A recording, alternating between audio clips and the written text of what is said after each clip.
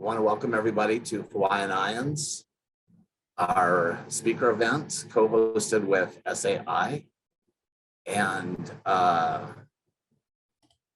going to go ahead and let our good friend Ali start us off with a short little meditation. And then Robert, the Vice President of SAI, will say a few words. And then we will introduce our speaker. So Ali, would you like to lead us in a short meditation? Absolutely. And thank you.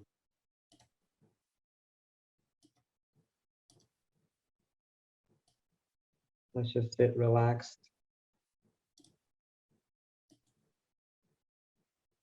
and feel grounded. Let's just connect to our inner selves, the grounded self, and set intentions of light and positivity for today. To have uplifted spirits, no matter what we had today, no matter what we went through, no matter what we went through last year. Let's set the intentions of light and positivity today to go onward. Let's feel grounded just like a tree. Let's feel connected to the tree and feel as if you're hugging the tree.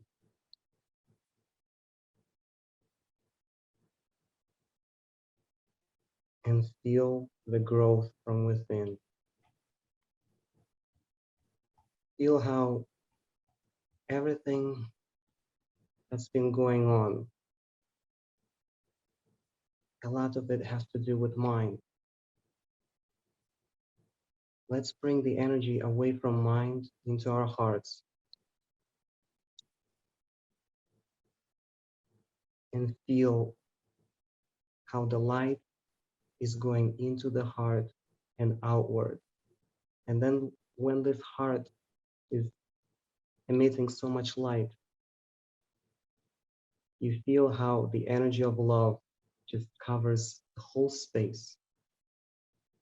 Your auric field, your surroundings, and it travels so much further that other people feel it, animals feel it, and everybody else feels it. Let's bring the attention to ourselves that we are the creator, and the creator created everything with love.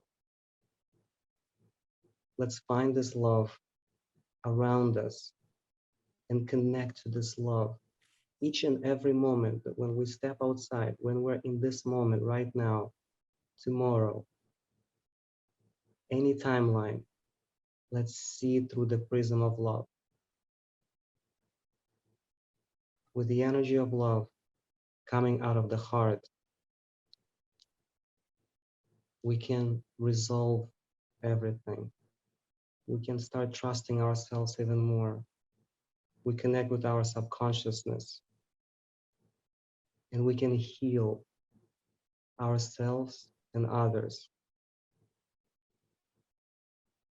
Let's feel the energy. Let's feel this heat, the heat of love coming and staying within us. And let's have today's discussion about all the things coming from our heart and connecting to our deepest heart within us. Let it come out. Let's feel heat. Let's feel it as a light coming in through the head into our heart, going down to our feet and up, and then back to our heart and sending it to the rest of the world around us.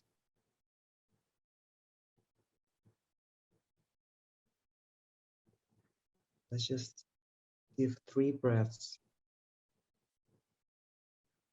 in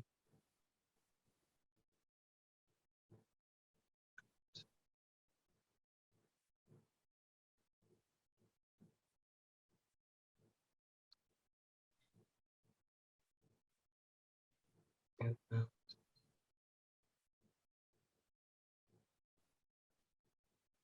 Yeah.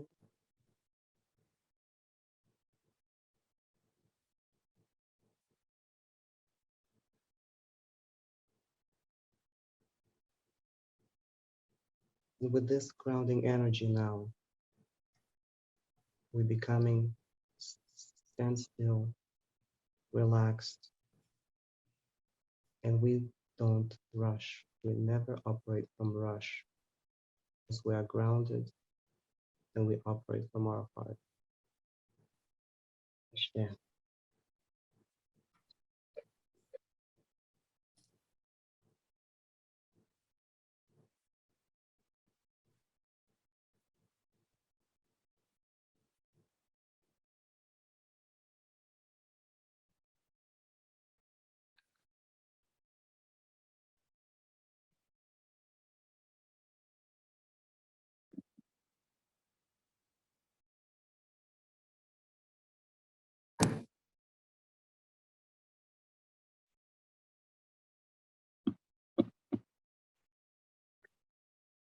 Thank you, Ali. That was beautiful.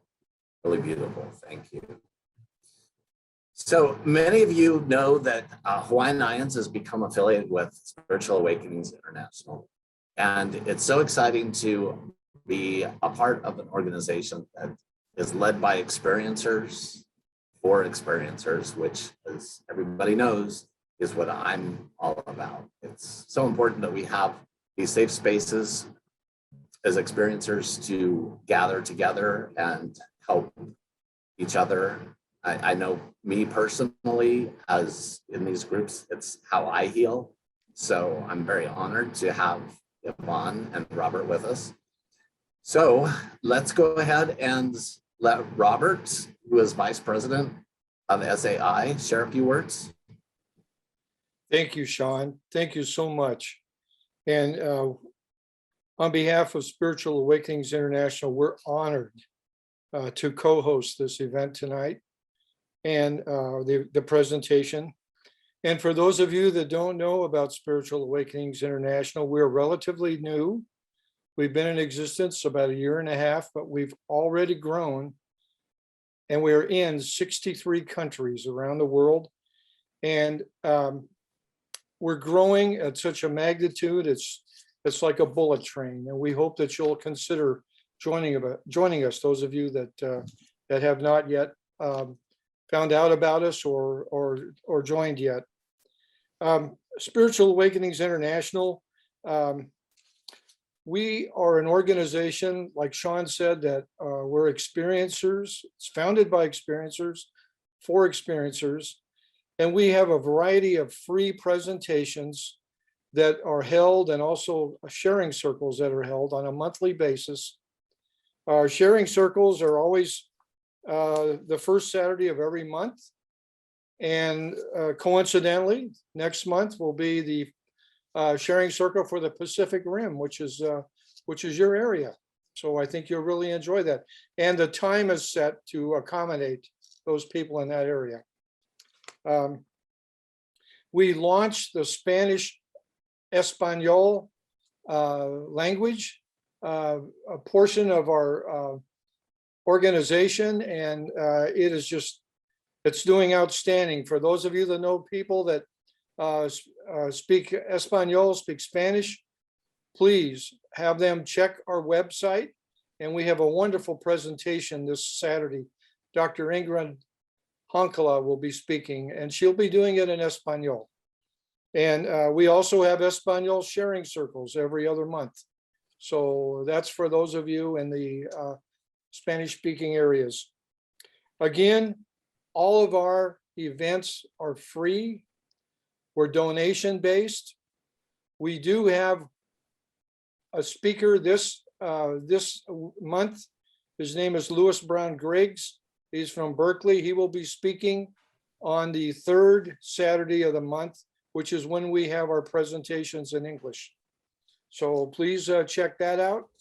Go to our website, www.spiritualawakeningsinternational.org. If you haven't subscribed, please subscribe. And you can go to the events and you can sign up for any one of those events. And I'm just going to say, on behalf of being the co-founder with Dr. Yvonne Cason for SAI.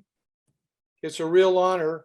I've heard her speak so many times, but she's going to knock it out of the park. So thank you, Sean, for allowing me to have a few moments to speak about SAI. Thank you. It's a pleasure. Thank you so much. Yeah, so again, welcome to Hawaiian Islands. For people that have joined late, we're very happy that you are here joining us.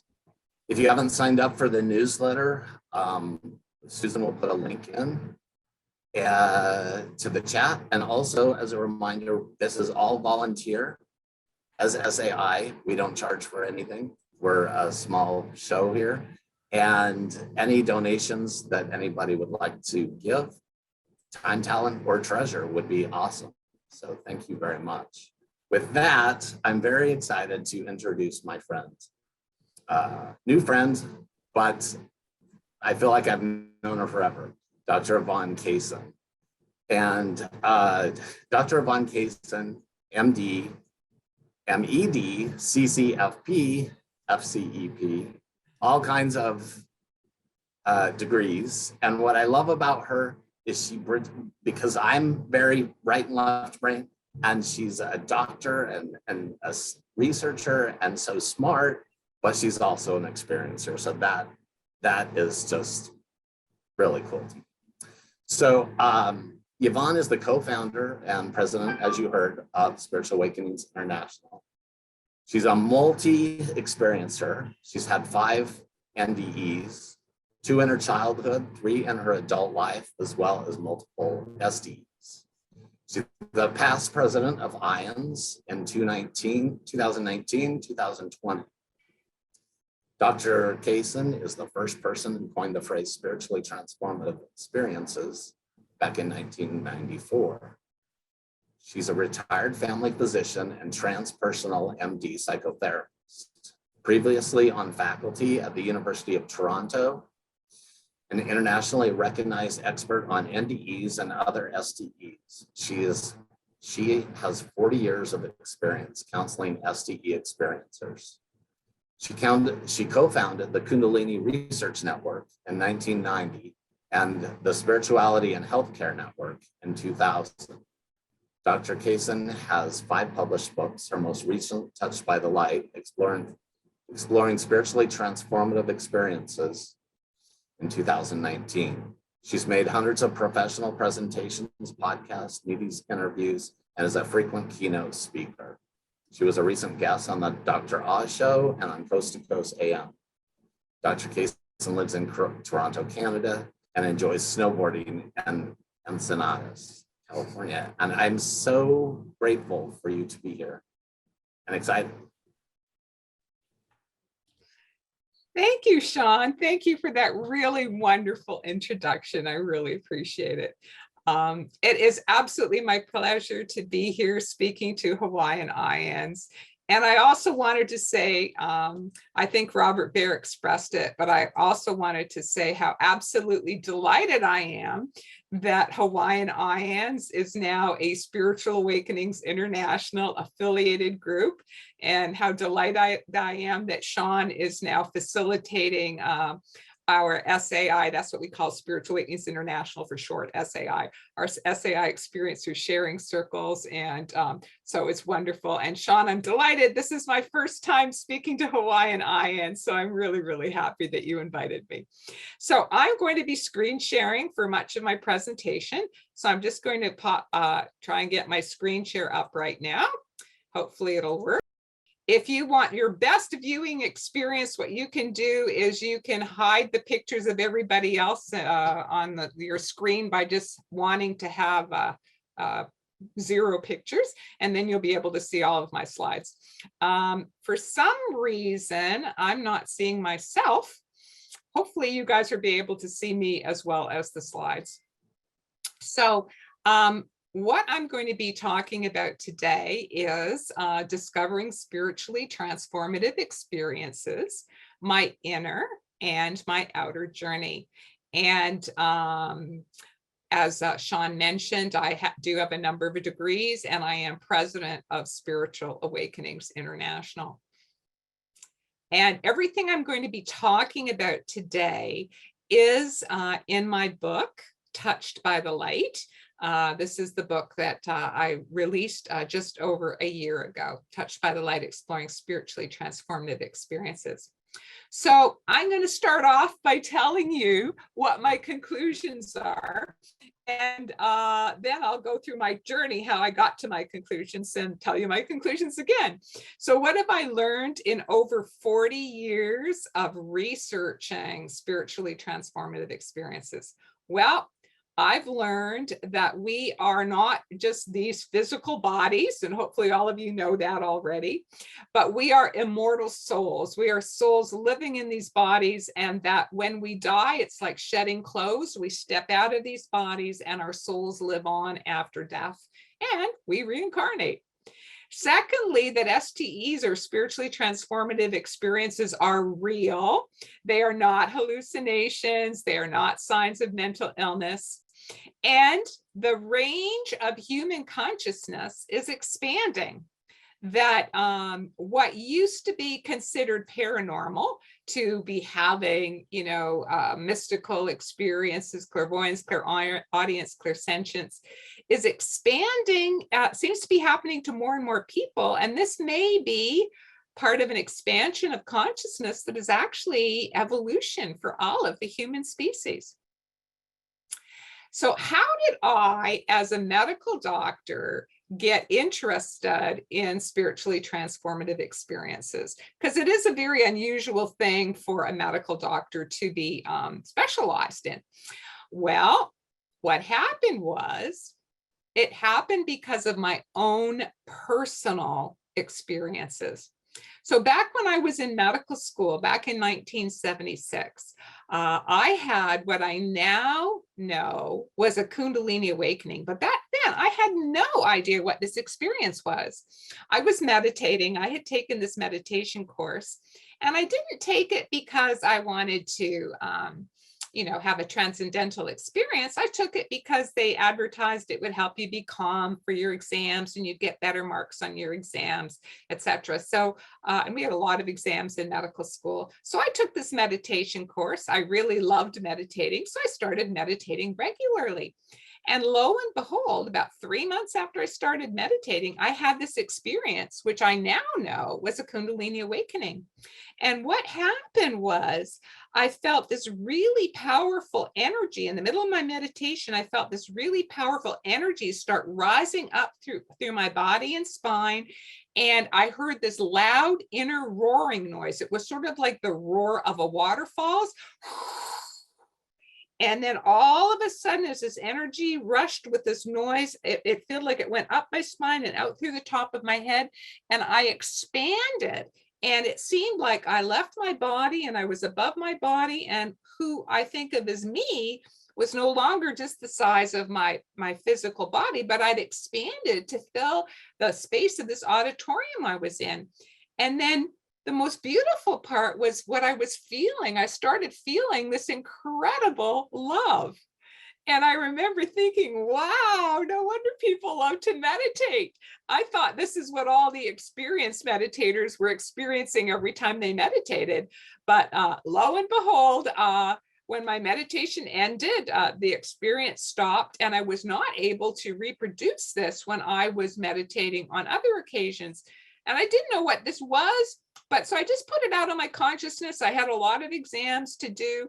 But later on, I realized that this, in fact, was a Kundalini awakening.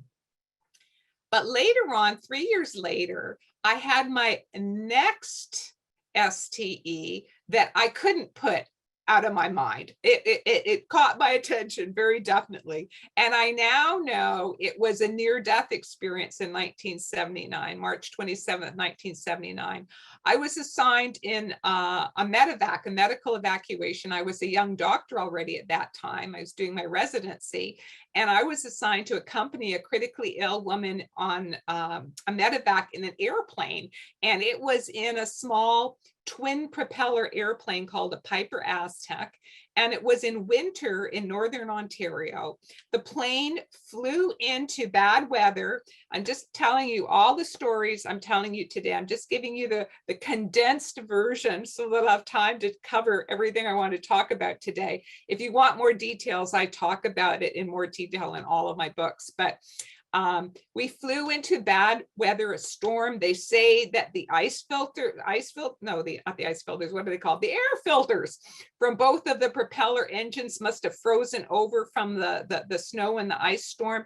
And basically one propeller stopped, then the other propeller stopped. So we were in the air and no propellers were going, and we started crashing into the ground. And if you ever wonder what it's like to be in a plane crash, it's incredible turbulence as the plane is going down, like the worst turbulence you've ever imagined. And so you definitely know the plane is going down. And I remember my first reaction as the plane was going through this terrible turbulence and crashing down to the ground was I was overwhelmed with this incredible fear and panic. And out of my heart, it just the thought leapt, oh God, help, I'm going to die. And I mean, I wasn't consciously trying to pray or meditate. It was just like panic. God help, I'm going to die. But it seems that was close enough to a prayer that is when my near-death experience began. And I'm pointing this out because it was actually before the plane crashed. It was while we were going down. And what happened was all of a sudden, this force field of peace started descending upon me. And it was literally like it was pushing down all of my fear and panic. And I felt completely calm and unafraid. And then I heard a voice in my mind. And prior to this time, I've never had experiences of hearing a voice in my mind. I heard a voice in my mind clearly, and it was a masculine voice, say the words, "Be still and know that I am God. I am with you now and always." And with those words, this incredible spiritual vibration just penetrated my soul. And I was still alert. I was still awake. The plane had not crashed yet, but I was totally unafraid, facing whatever my fate may be. Anyway, the pilot managed through real heroism. He was later awarded for his heroism to guide the free falling plane. And he pulled up the landing gear and he tried to do a belly landing on the surface of the ice of a semi-frozen lake.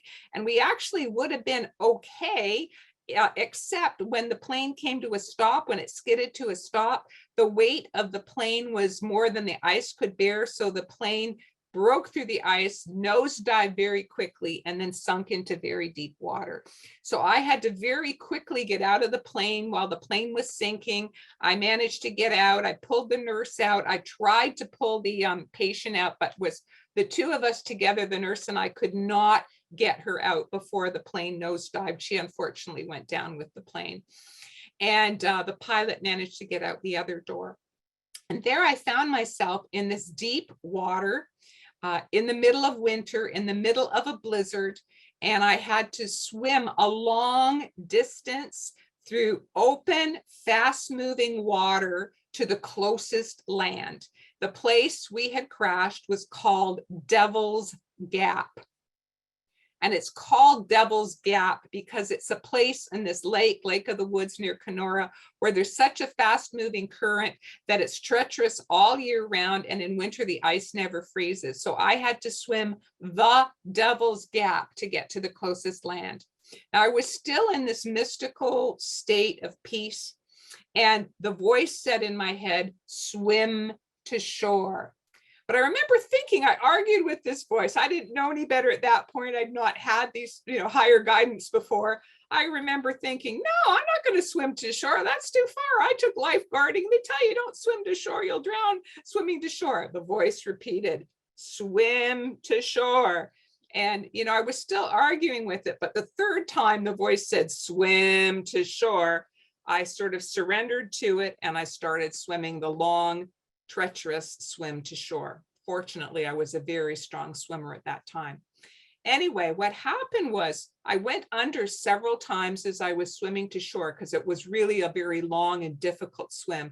And when I would go under, just from sheer exhaustion, you know, my heavy winter clothes, my boots, my winter coat were just pulling me into the water like dead weights. I would struggle with all of my energy, all of my might to get my mouth above water again and gasp some air into my lungs.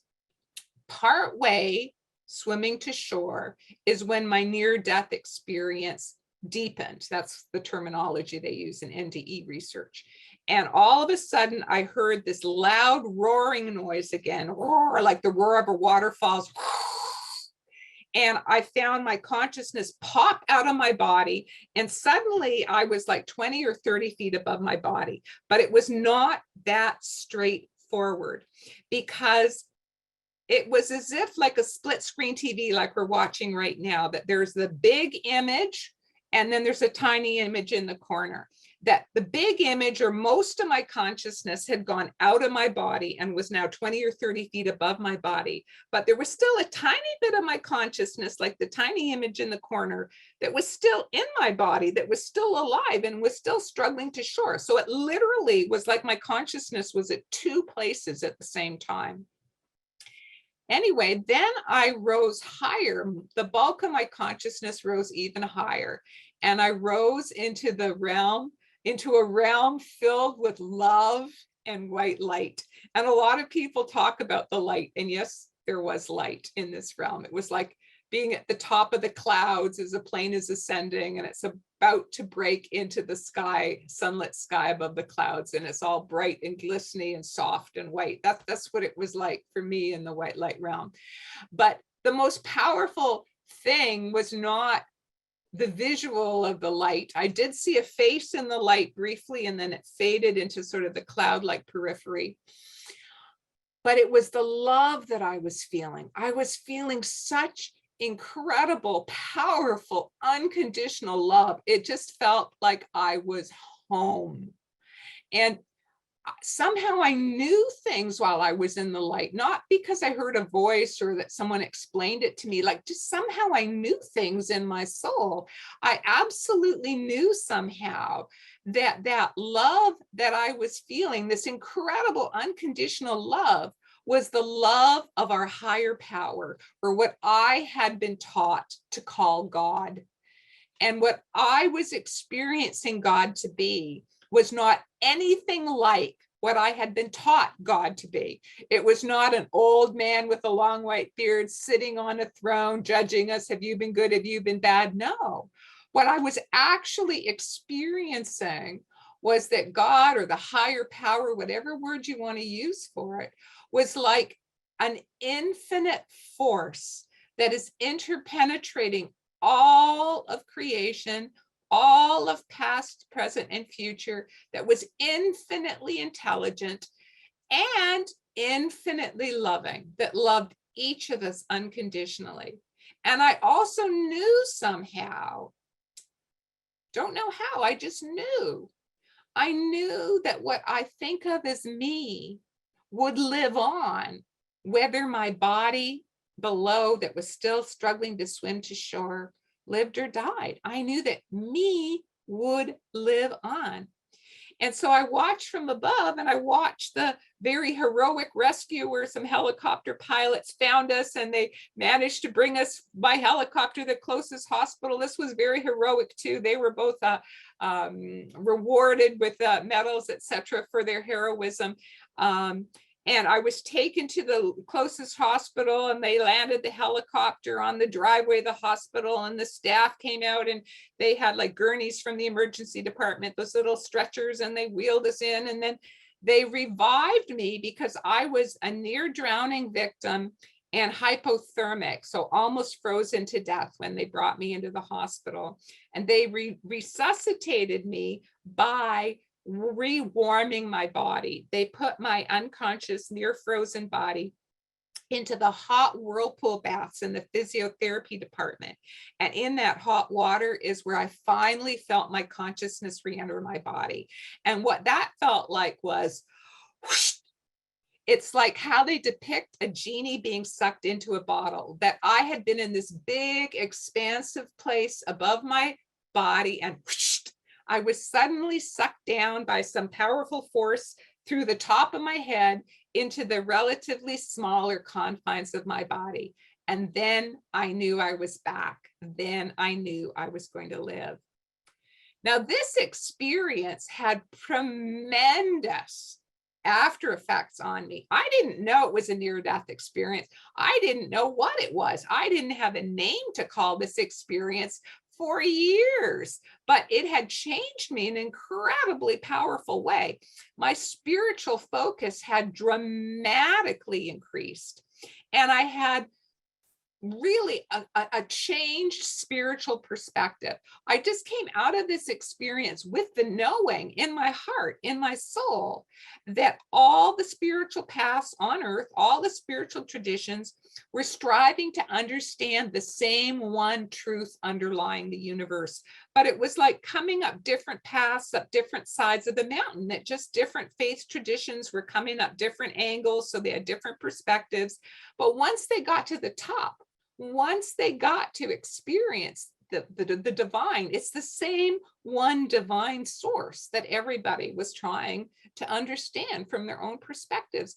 So I became much more tolerant of people with diverse spiritual views. It just was clear to me that we were all spiritual brothers and sisters of the same one God.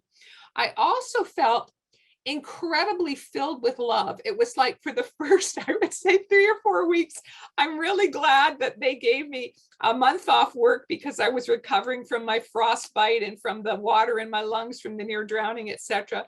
Because I thought people would have thought I was a bit loopy, because it was like I brought some of that incredible love that I experienced back with me.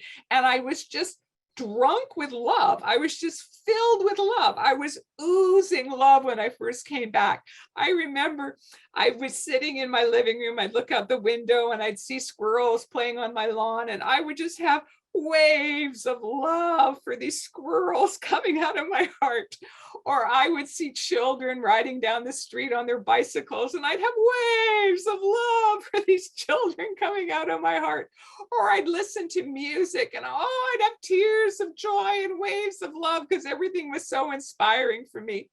I also had this incredible enhanced capacity to forgive, that I had been feuding with my father for several years. You know how that happens when you're teenagers and young adults. And I actually hadn't spoken to him for a while before this experience. But when I had this experience, when I came back, suddenly all of the stuff that used to bother me before, it was irrelevant. It didn't matter. What did matter was the love, and that I loved him. And I phoned up my dad and I said, "Dad, I love you. Let's be friends." And I was able to forgive him for whatever things used to be so important to me. They just seemed irrelevant. I also had new clarity about relationships that didn't serve me, and I was able to shift into healthier relationships. I lost my fear of death. I was absolutely certain that, soul lives on after death. And then a few weeks later, guess what? I had a psychic awakening. I was driving to visit a friend. I was stopped at an intersection at a red light. And all of a sudden, while I was stopped at this intersection in my car, I had this clear visual image pop in my brain and in my mind, and I saw my friend's brain covered in pus. And somehow, I don't know how, but I absolutely knew it was my friend, the one I was going to visit. And I also, as a medical doctor, absolutely knew what this was symbolizing. It was meningitis. And when I arrived at my friend a little bit later, I asked her how she was feeling. And anyway, to make a long story short, later on that day, she was admitted through the emergency department, and she was in fact diagnosed and treated for acute meningitis. So that was the first of many psychic experiences that began to happen to me after this plane crash experience. And I also noticed an increase in my Kundalini symptoms, which is interesting. So I struggled for a long time trying to figure out what these experiences were. I knew they were not imagination or hallucinations because they were having such a profound positive impact on me. When I talked to some of my doctor friends, they tried to dismiss it as a hallucination. That I just couldn't accept that. I spoke with somebody who called themselves an NDE expert in Toronto back then, and they said to me, well, were you clinically dead? And I said, no, I don't think so. Maybe unconscious at best. And then he said, did you see a tunnel with a light at the end? And I said, no. And then he told me, it's clearly not a near-death experience. So I thought, well, if it's not a near-death experience, what is it? And similarly with what I now know is a Kundalini awakening, when I tried to talk to people about that, I asked them, what could it be? And they said, well, it could not possibly be a Kundalini awakening because you're too young and you haven't meditated long enough and you have to be initiated by a guru and blah, blah, blah.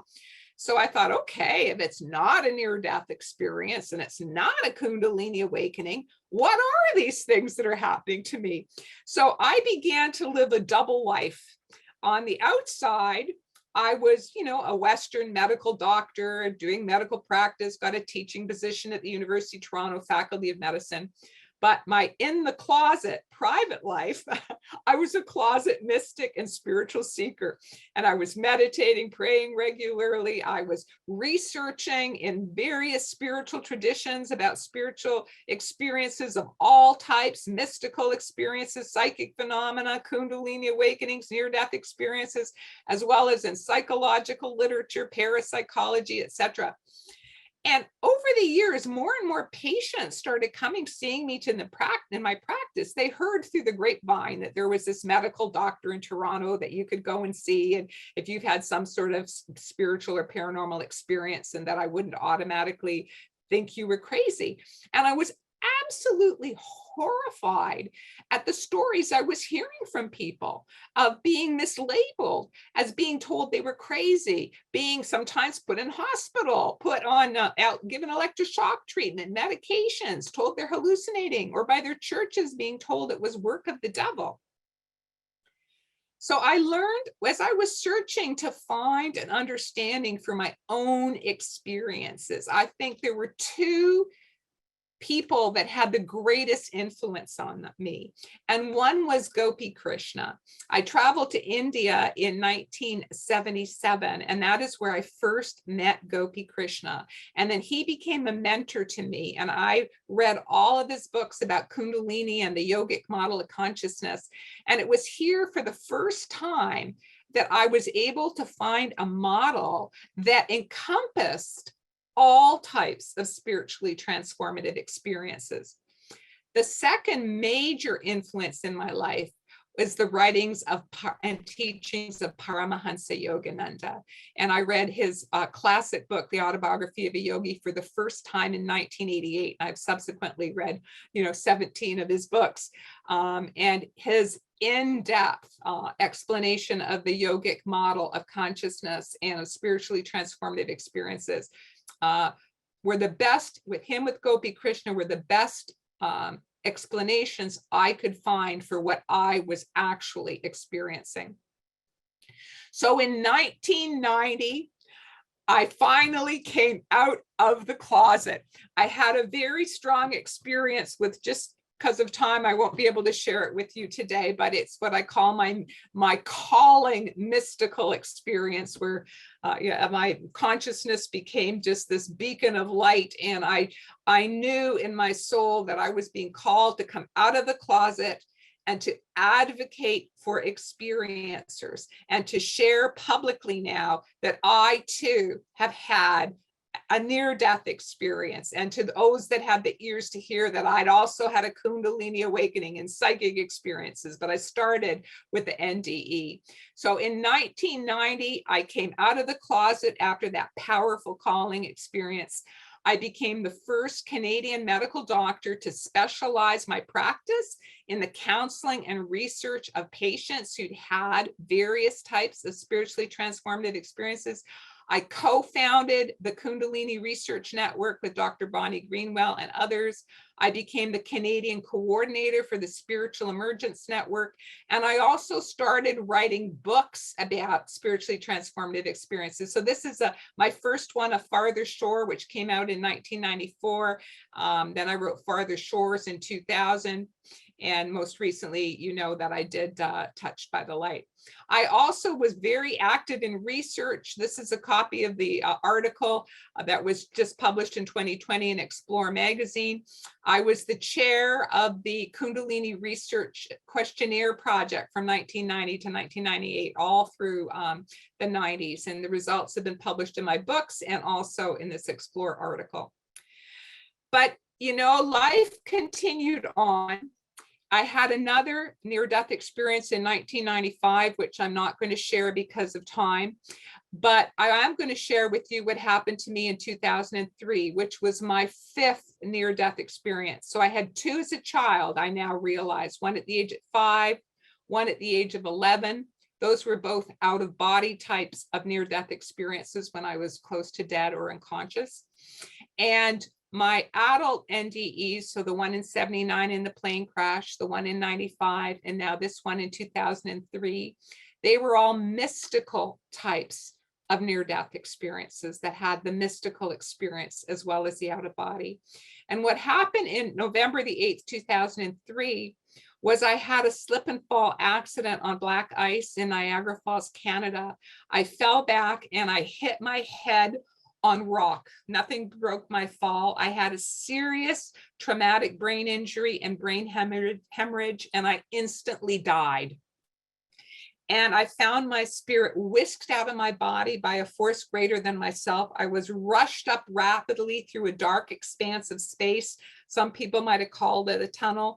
And I then found myself whisked up to that wonderful white light realm where I'd been in my 1979 near-death experience. This time I was being welcomed into the white light by 2 saints in their light bodies, 2 saints that I recognized immediately. They were saints from my spiritual tradition, Paramahansa Yogananda and Mahavatar Babaji. And they telepathically welcomed me. The feeling was of great love and of great joy. And they telepathically informed me that I had died, that my work in the body of Dr. Yvonne Kason was finished. And I remember thinking, because I guess my ego mind was still alive a bit, uh-oh, here it comes, because I thought now I was going to have my life review. And I mean, who's had a perfect life? You know, and I was worried about how my life review. And then they just looked at me. It was like they read my thoughts. They could sense my concern. And they just glanced at me. And with a glance, they just blew all of my concern away. And it was like I was instantly given the understanding that the Divine Mother, in its infinite love and infinite wisdom and infinite understanding, understands, just as a loving parent knows that when a child is learning how to walk, it's going to stumble, it's going to fall, it's going to bruise its head, its knees, it's going to make mistakes, that we're all going to make mistakes on our learning journey. And the Divine Mother, Father God, understood this. I entered a place of timeless time, where I was no longer seeing visual images. I was just feeling incredible joy, peace, love, stillness, infinitude, and also past, present, and future seemed to coexist.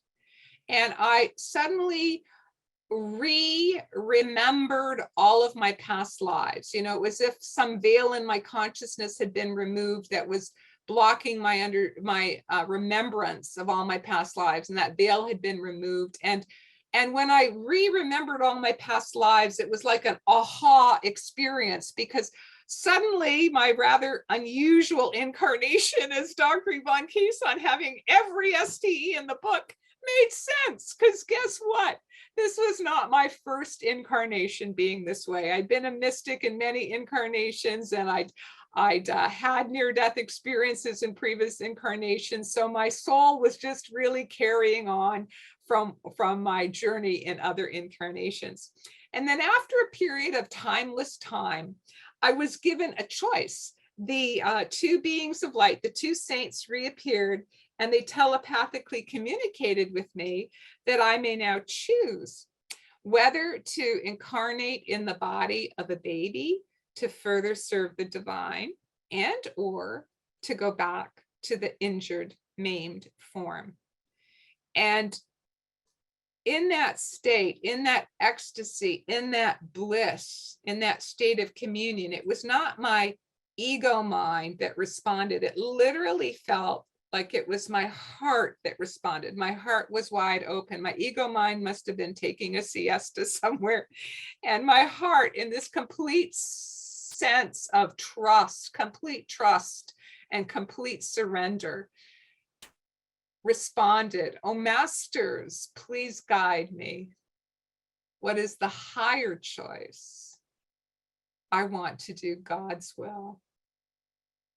And then telepathically, so lovingly and so gently, like a loving caress, they telepathically communicated to me, "It will be more difficult, but to return." And immediately my heart and soul responded, "I accept." And it was so fast. It was faster than the speed of thought, because it was between the word "I" and the word "accept" that with a gasp of breath, I finally found myself waking up in my previously dead body. But my body was seriously injured. I had had a serious traumatic brain injury, and I was disabled for 12 years following this traumatic brain injury. I did neuro rehab for 7 years, trying to get back to what I used to do. I loved what I did. I loved helping experiencers. I loved giving all sorts of talks and presentations. I loved writing books, but I had to accept that for whatever reason, I was disabled now, and that this was part of the past, and that now how I could serve in my disabled body was with my prayers and meditations. So I took that very seriously, and I worked hard to get back my ability to meditate, because I'd lost it with my traumatic brain injury. And I felt how I could serve now was through prayer and through meditation. But it seems the good Lord had another plan for me, and here I am today. How did I get here? Well, on February 24th, 2016, when I was meditating in the Self-Realization Fellowship Retreat in Encinitas, California, and January 5th, by the way, is Paramahansa Yogananda's birthday, and it's already January 5th in India, so it is his birthday today. I was meditating on one of the holy spots there in Encinitas where he used to meditate and go into samadhi. And I experienced a miracle there. I had a spontaneous brain healing experience. And what I felt was, while I was deep in meditation, I inwardly could see it. I could see it within my inner eye. It was a fountain of liquid light erupted in the center of my brain. And it was literally like the lights came on in the center of my brain that had been in darkness for over 12 years. And what it subjectively felt like was like I woke up, that some part of my brain had woken up after being in a deep sleep for 12 years, and my brain was healed. And I was given the strong inner message: pass on what you have learned. Because it was like a computer, my hard drive that had been damaged, that the keyboard had been damaged, but the hard drive was not. So my long-term memory was all intact, but the keyboard, the way to get it out, that had been damaged for 12 years, wasn't able to get it out. I was locked in. But after the brain healing, I started writing again, public speaking, serving on boards, and now I'm president of Spiritual Awakenings International. So now what I'd like to do is shift into the second part of my presentation, where I'm going to be talking to you about spiritually transformative experiences. And I coined this phrase back in 1994 as an umbrella term that I noticed that this wide range of experiences all can cause a spiritual awakening, and they all have similar after effects, physical, psychological, psychic, and spiritual. And what are the types? In all of my books, I have classified them using the yogic model, which I found is most helpful, bridging it with some of our Western terminology. So the one category of STEs are mystical experiences, which in yoga are called samadhis. The second type would be psychic or intuitive experiences called siddhis. The third type of STE is spiritual energy or kundalini awakenings. The fourth type, near-death experiences. The fifth, other death-related STEs. And finally, inspired creativity and genius. And I'm going to explain all of them a bit more to you. So first, let's start with types of mystical experiences. And as I'm going through these and describing them very briefly, you might do a little checklist of yourself and say, yes, I've had this, I've had this, I've had this. And I think many of you who are experiencers are going to discover as I'm talking that you are actually multiple STE experiencers because you've had many of these experiences. So what are the types of mystical experiences that I classify them in the following way? William James described mystical experiences as that they are beyond words, that they give us sort of a new understanding of the nature of the higher power, of nature of reality, nature of divinity, nature of the universe. That thirdly, that they're passive, they happen to us. Most people cannot make mystical experiences happen, and mystical experiences tend to be transient. Now, that is true, but there are also certain characteristics of various mystical experiences that I categorize them in addition to what William James features that he described. So one is the unitive or the communion experience. And these are types of mystical experiences where one feels oneness. And all of these experiences can be on a spectrum from mild to medium to earth-shattering.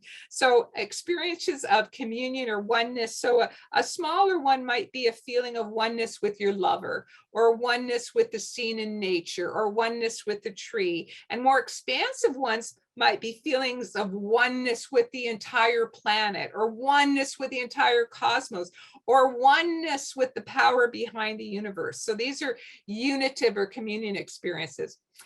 Another type of mystical experience are ones that where the most dramatic feature seems to be the bliss or the joy. And you'll sometimes see images of saints with tears of joy streaming down their cheeks. So that would be what I would call an ecstatic or a bliss type of mystical experience. Then there are other types of mystical experiences that are very visual, have a strong visual component. So these I call the mystical visions. And this can be experiences where people have encounters with a visual experience of perhaps the saint from their tradition or the prophet from their tradition, whether that be Buddha, whether that be Jesus, whether that be Krishna, or it could be angels, it could be visions of realities behind the universe. So these are mystical visions, are mystical experiences that have a really strong visual component. Then there are expansive episodes, another type of mystical experience, but this time where your consciousness expands and where you don't anymore feel like you're the size of your head or body, but you're expanding. You could be larger than your body by a few feet, or you could fill the room, you could fill the auditorium, you could expand so you feel that you're the size of the universe. The next one are the spiritual rebirth, conversion, healing, purification types of experience. And these are the type of experiences where this would be like Paul on the road to Damascus, you that are from the Christian background, that somebody has a profound experience that it totally changes them around from perhaps being an atheist before to an incredible believer. And they can also go through like a purification, a healing, feeling like darkness is being ripped out of them, and then coming out with spiritual renewal. Anyway, this is the type I call the spiritual rebirth type of experience. Then there are those that are revelation or illumination types of mystical experiences. And these are mystical experiences where new knowledge, new information is the new understanding of the nature of the cosmos, the power behind the cosmos. So that is a revelation or illumination type of mystical experience. And then finally, the dissolution type. And that is when the sense of self seems to completely dissolve, and it can dissolve into, some people describe dissolving into nothingness, and others describe dissolving into everything. The dissolution experience is impossible to describe in words. The next type of spiritually transformative experience is the Kundalini or spiritual energy awakening. And if you look in different spiritual traditions, you'll find they have different names for this. That in yoga, it's called the Kundalini awakening. In Christianity and Judaism, Holy Spirit, Holy Wind, and Buddhism, Dumo fire. I'm just going to rush a little here. And the classic symptoms with the spiritual energy or Kundalini awakening is energy movement up the spine or body. And it's associated with inner sounds such as a roaring or rushing or the Om sound. And it's often accompanied with light perception. Some people perceive like a liquid light flowing up their spine or flowing up their body. Other people may experience that their body is glowing, with light, or they might feel themselves surrounded by light. And sometimes, to be aware, it can be accompanied by sexual sensations, and sometimes in men, even with a penile erection without any sexual stimulation. The Kundalini awakening, if it is all the way to the crown, because a Kundalini can awaken partially up to one of the lower chakras, or it can rise all the way up to the crown chakra. If it rises all the way to the crown chakra, it usually results in a mystical, profound psychic, or inspired creative experience. And once awakened, the Kundalini energy remains active. It doesn't stop. You're beginning a long-term process. And you may notice repeated rushes of energy up the spine, chakra sensations, inner sounds, light perceptions, and recurrent spiritually transformative experiences. So as I mentioned, it starts a long-term process, but there's also a cleansing that's happening of the ego and psyche. And the long-term goal of a Kundalini awakening is not to have STEs, although that does happen, but it's like a purification happening in body, mind, and spirit, and an expansion of our consciousness to make us clearer and clearer vessels for the divine light until we eventually enter a state of ongoing unitive consciousness, which has been known in different traditions as cosmic consciousness, nirvana, God consciousness, or self-realization. And this is a long haul. May not happen this lifetime, maybe many lifetimes to reach this end point. The next type of STE is various types of psychic intuitive experiences. Just because of time, I'm going to rush through these a little bit. Most of you will probably know what these are: automatic writing, channeling, clairvoyance. That's when you can see things beyond the normal range of thought. Clairsentience, that's where you feel things that other people who don't have this ability are not able to feel. You can feel other person's emotions. If they're hurling negativity at you, you feel it as pain in your body. Clairaudience is when you can hear things beyond the normal range of thought, hearing spirit guides. Healing abilities, out-of-body experiences, mediumships, higher guidance, getting downloads of information, communication with spirit guides, materialization and dematerialization, premonitions or precognition, past life recall. This one, by the way, very, very common. Remote viewing, telekinesis, telepathy, telepyrokinesis. That's when you can start fires with your mind. And transdimensional experiences, including some UFO experiences. So there are more types, and I go into a lot of details and examples in my book, but I just want to give you the list. This is all normal. These are part of spiritual transformation of consciousness that people start developing. many of these types of STEs. And I want to state here that mystical experiences are always positive, but psychic experiences are not always spiritual or positive, that some psychic experiences may access lower astral planes. It's understood in yoga and Buddhism that when you get out of our physical plane, there are many layers in the astral planes. The higher astral heavens, where there are more enlightened beings and about our level, and then there are lower astral planes. And that sometimes psychic experiences may access those lower astral planes, and they may be frightening. Or there may be people who are experiencing intrusive psychic phenomena, such as psychic assault by someone who has psychic abilities and is not very ethical, possession states, entities, negative or frightening NDEs, I would say, would be a frightening type of psychic experience, and the phenomenon known as the walk-in. The next category of STE is the inspired creativity and genius. And this is a powerful, inspired, creative experience that is mixed together with the mystical experience. And you know, there have been many cases in history of great mystics, of people who are known as mystics, that also demonstrated tremendous inspired creativity. I mean, Paramahansa Yogananda was one of them, 17 books. Hildegard of Bingen is another example, and she wrote poetry, she composed music, she came up with medicines, she drew art, she was a mystic with tremendous inspired creativity. But then on the other hand, there are geniuses, people we know of as geniuses. When you look in their lives, you discover that they were also having mystical experiences. So an example would be Einstein.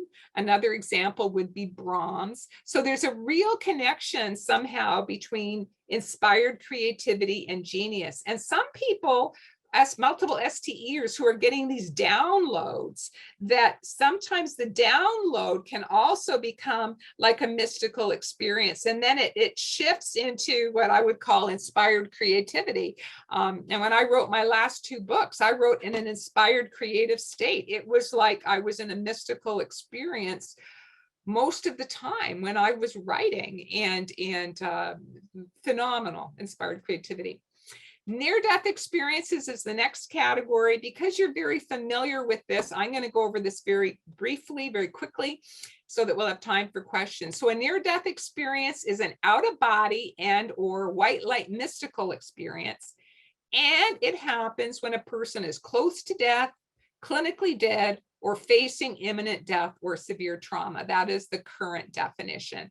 So if this happens to you, if you have an NDE-like experience when you're meditating, it's not a near-death experience. It might be an out-of-body experience, or it might be a mystical experience, or it might be a Kundalini awakening. We only call it a near-death experience if it happens to you when you're close to death, clinically dead, and then resuscitated, or facing imminent death or severe trauma. Raymond Moody defined the features of a near-death experience. I think your group is quite familiar, and because I'm running late, I'm going to just say most near-death experiences have about 7 of the 15 features that Raymond Moody talks about. And there are 3 main types of near-death experiences I want all of you to be aware of. And one is the out-of-body type experience. And you've heard this, the out-of-body near-death experience, where the person is floating above their body and they're watching the doctors with the crash cart trying to resuscitate them. So that is the one type of near-death experience. The second type, which in the research field is called the deeper type of near-death experience, it might start with an out-of-body experience, but then it moves into the mystical experience, the white light experience, where they see beings of light. They might have a life review. They experience the higher power and the love of the higher power. And it is the mystical type of near-death experience that is by far the most transforming and life-changing, most impactful. And then the third category, we mustn't forget them, is the distressing near-death experience. The next type of STE is the other death-related STEs, and there are three main types. One are the deathbed visions. So these are things that happen, STEs that happen to people shortly before they actually die. So with days or weeks before they actually die. It's called many names, sometimes end-of-life experiences, sometimes nearing death awareness. I'm using the term deathbed visions. Then there's the death watch experience, which happens at the time that somebody else dies. Some people call this a shared death experience. And then there are after-death communications when it seems the spirit of somebody who died days, weeks, months, or years ago is striving to communicate with the living. Now, the death watch experience, I'm just going to tell you very briefly, I found this to be a very common type of STE. I coined this term death watch experience back in 2000. And it occurs to you at the time that somebody else dies at their moment of death. And it is more likely to happen to you if you are close to that person. So meaning if you are physically close to them at their bedside, or if you're emotionally close to them. So if it's somebody that you love, you can have a death watch experience at the moment of death, even if they're dying on the other end of the planet. And there are many types of death watch experiences, and I give examples of all of them in my book, but just to run through them quickly with you, because I bet many of you have had these experiences. There's the first one that's NDE-like, which is what I call the shared death experience. And this would be like you're at the bedside. One of my stories in my book, a woman told me she was at the bedside of her husband when he died. And at his moment of death, she found herself popped out of body, and she was out of body with her husband. And they were both going up this tunnel. They were both going towards the light together. Then all of a sudden it was like she stopped and he kept going into the light, and then boom, she was back in her body at her bedside, and her husband had passed. The next type of death watch experience is the body symptom type. And this is where you might get the physical symptoms that the person you love has at their moment of death. For example, you might develop crushing chest pain and shortness of breath right at the moment that your loved one is dying of a heart attack with crushing chest pain and shortness of breath. And then it goes away after their moment of death. Death watch visions, very, very common. This could be that you're at the bedside of your loved one and you see at their moment of death, you might see an orb of light leave their body, or you might see their spirit leave their body, or you might visually see like an angel or a being waiting for them to accompany them to leave the body, or you might see them enter into the light. That happened to me when my mom died. Or you could be at far away. This happened when my grandfather died, where all of a sudden I was sleeping, my grandfather's face popped into my mind, and I woke up and I just knew that my grandfather had died. And sure enough, I got the phone call shortly afterwards. Somebody else told me he was driving to visit his dying mother in the hospital, and all of a sudden he could see her face in the rearview mirror of the car. And he just knew intuitively that she had passed. And sure enough, he found out she had passed right at the moment he had that vision of her face in the mirror.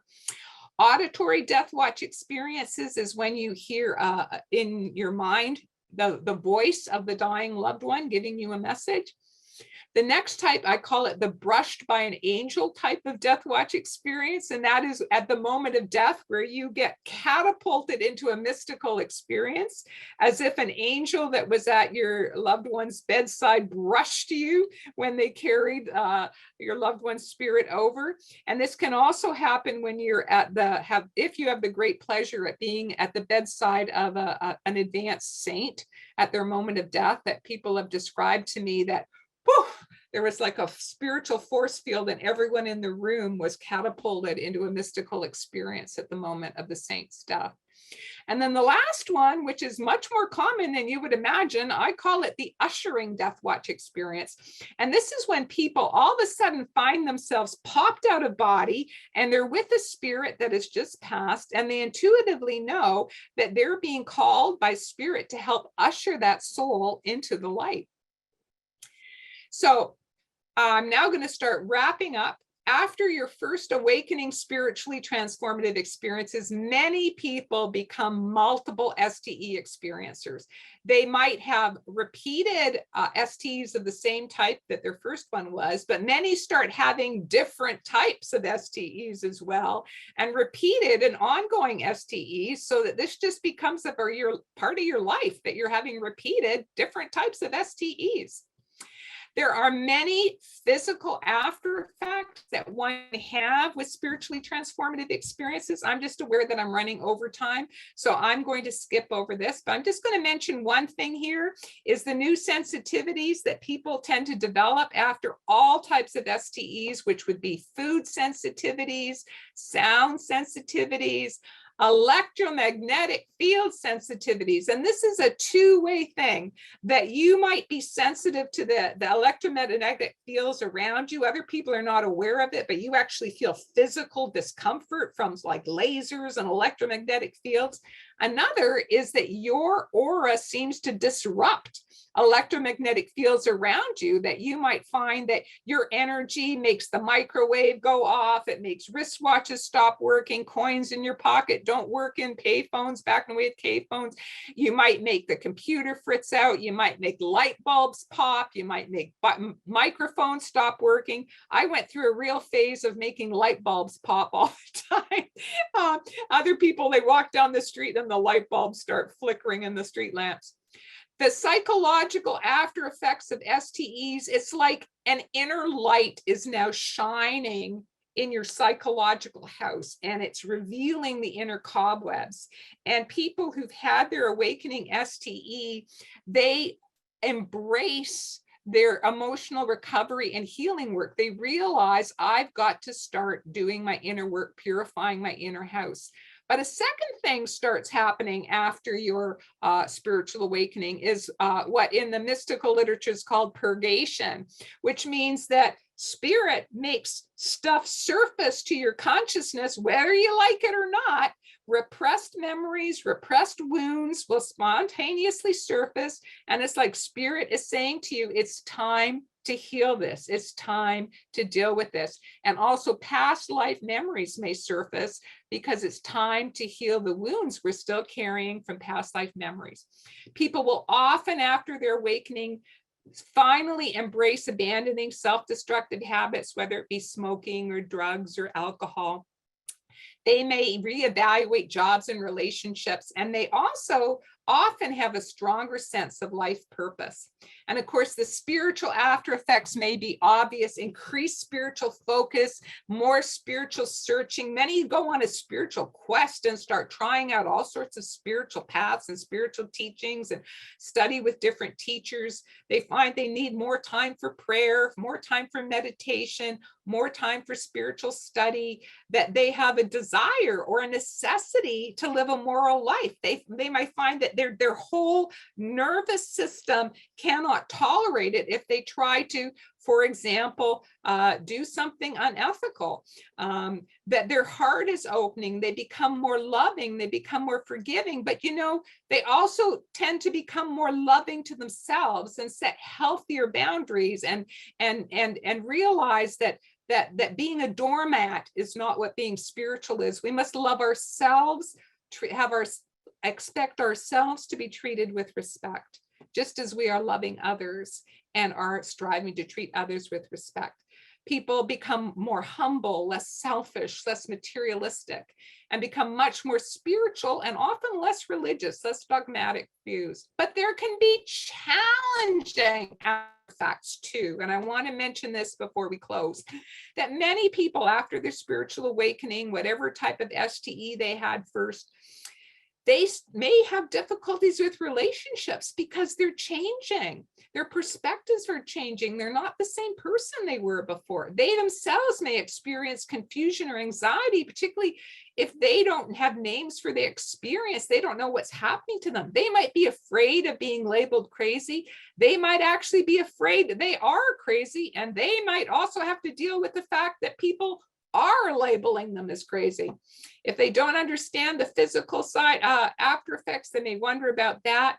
And some people feel a lot of sadness or even anger that they're not in that bliss state when they have to come back to the trauma, abuse, challenges of everyday life, because guess what? We all do. So how can we best support STE experiencers? Number one is listen, listen, listen. Let people tell their stories. Listen to them in a supportive way, validate their STEs. These are real. They are not hallucinations. They're happening to other people. Help people find a non-pathological name. For example, at our Spiritual Awakenings International website, I outline all of those types of STEs and give descriptions so people can go, oh, that's called clairsentience, or oh, that's called clairvoyance. So they'll have a non-pathological name. And then you can refer them to support. We have wonderful sharing circles at Spiritual Awakenings International, and I know that Sean does as well with Hawaiian Ions. So in conclusion, what have I learned in my 40 years of research? Well, that near-death experiences and other spiritually transformative experiences are very real. They are not hallucinations. After the original awakening experience, most people start having multiple spiritually transformative experiences. And what before the awakening was considered paranormal becomes the new normal for experiencers. And finally, that meditation and love are the two keys to progress on the spiritual path. Love, where we progressively open and purify our heart, and meditation to expand our consciousness, which enables us to have STEs and ultimately to reach a state of communion. So everything I talked about today, you can read more in my book if you're interested. And I invite all of you to check out Spiritual Awakenings International. That is our website there. And I would be happy to answer any questions. Thank you so much, Yvonne. Everybody is, I put the link to our YouTube channel in here because it's such a wealth of information that you provided. We could keep you here all night for the next few days because it's, I'm just amazed. I was chatting, I have a few friends here. After my NDE, people didn't understand. A lot of people didn't understand why I wanted to talk with other experiencers, and I didn't understand. And so some friends of mine that are here, and they're also SRFers, by the way, we started this little NDE group. And I just loved hearing, what you were saying, because it's so important for people that have had these experiences to have a safe place to share. And, as you know, and many people here in the group know, people think we're crazy and whatever. And so I'm just really grateful for you and Robert and SAI, and that you're providing this space for people to come and share. And I just want to remind everybody the groups are all free and they're really nice. And you can see more of Yvonne there. So with that, if you'd like to put your chats in the question, or your questions in the chat, and we'll go through and see what Dr. Yvonne would like to answer. So when somebody said, are STEs considered separate or mutually exclusive from NDEs? That goes along with a couple of other questions that I had. People can have NDEs but not have an STE, correct? Or No. No. No. Okay. No. Okay. So let me answer that question. Is that NDEs, so I was rushing through that part, are one type of STE. So near-death experiences are one type of spiritually transformative experience. So imagine it's like a big umbrella, spiritually transformative experiences, and near-death experiences are one subtype. Okay, then mystical experiences are another subtype, and psychic experiences, intuitive experiences, another subtype, Kundalini awakening, another subtype. They're all connected, they all overlap, because they all have to do with this expansion of consciousness that in the yogic tradition is understood that all of us will eventually experience with our spiritual awakening. And so it's just a matter of your focus. Like I personally was the co-founder of the Kundalini Research Network, and we founded that in 1990. And we did a lot of study of Kundalini and how it related to spiritually transformative experiences. There are other groups such as NDERF and IANDS that they chose to focus on the near-death experience. So that's another type of experience. There are other groups out there, like say the Monroe Institute, for example, just to give an example, that focused on psychic phenomenon. And then there are other groups out there that were looking at mystical experiences. So one of the reasons that I coined the phrase spiritually transformative experiences, and also with Robert co-founded Spiritual Awakenings International, was rather than just looking at one type of experience, or another one's UFOs, okay? There was other groups that are just looking at UFO phenomena, but they're all connected. And so in all my career, I've always been seeing that they're connected and that people start having all types of experiences. So that's what Spiritual Awakenings is all about. All of these experiences fit under the umbrella. Nobody is excluded. They all count. They're all types of spiritually transformative experiences. Wonderful, thank you. Oh, so what about NDE lights, or is that such a thing? Some people have talked about NDE lights. Is that a thing? NDE-like experiences? Yeah. So that's an STE again, that because people were only looking at the near-death experience, they didn't realize, oh, there's mystical experiences. Oh, there's Kundalini awakening. Oh, there's out-of-body experiences. So once you break down your walls, somebody once called it stovepipe vision. I thought it was so cute that people were so busy looking down their stovepipe that they didn't see what was happening down the other stovepipes. And that's what I really liked about the yogic model of consciousness. And it's in Buddhism as well. But there's this classic book, Patanjali's Yoga Sutras in Yoga. And it was written, I don't know how many thousand years ago, but it's got all of this in there. It's all in there already. All of the psychic phenomenon, all the types of mystical experiences, Kundalini awakening, everything. It's all in there, and it's just understood that these are things that are within the potential for human consciousness as it is growing and unfolding. And so spiritually transformative experiences, that's just the umbrella term that I came up with for Western society to understand what, in fact, the yogis have known about for thousands of years. So somebody had a question about what it was like in the 70s. What was it like in the 70s? It was horrible. It was horrible. It was a total invalidation. Total invalidation that when I tried to speak to my medical doctor friends about what happened in the plane crash, everyone dismissed it as, oh, it's a hallucination because of a low blood sugar, or a hallucination because of an electrolyte imbalance. I mean, at least they knew I wasn't crazy, but everybody sort of dismissed it as a hallucination. And then I mentioned that I went to the so-called near-death expert, he self-proclaimed, obviously was not, who told me clearly it was not a near-death experience because I didn't see a tunnel and I wasn't dead. And of course, back in the 70s, that is what they thought.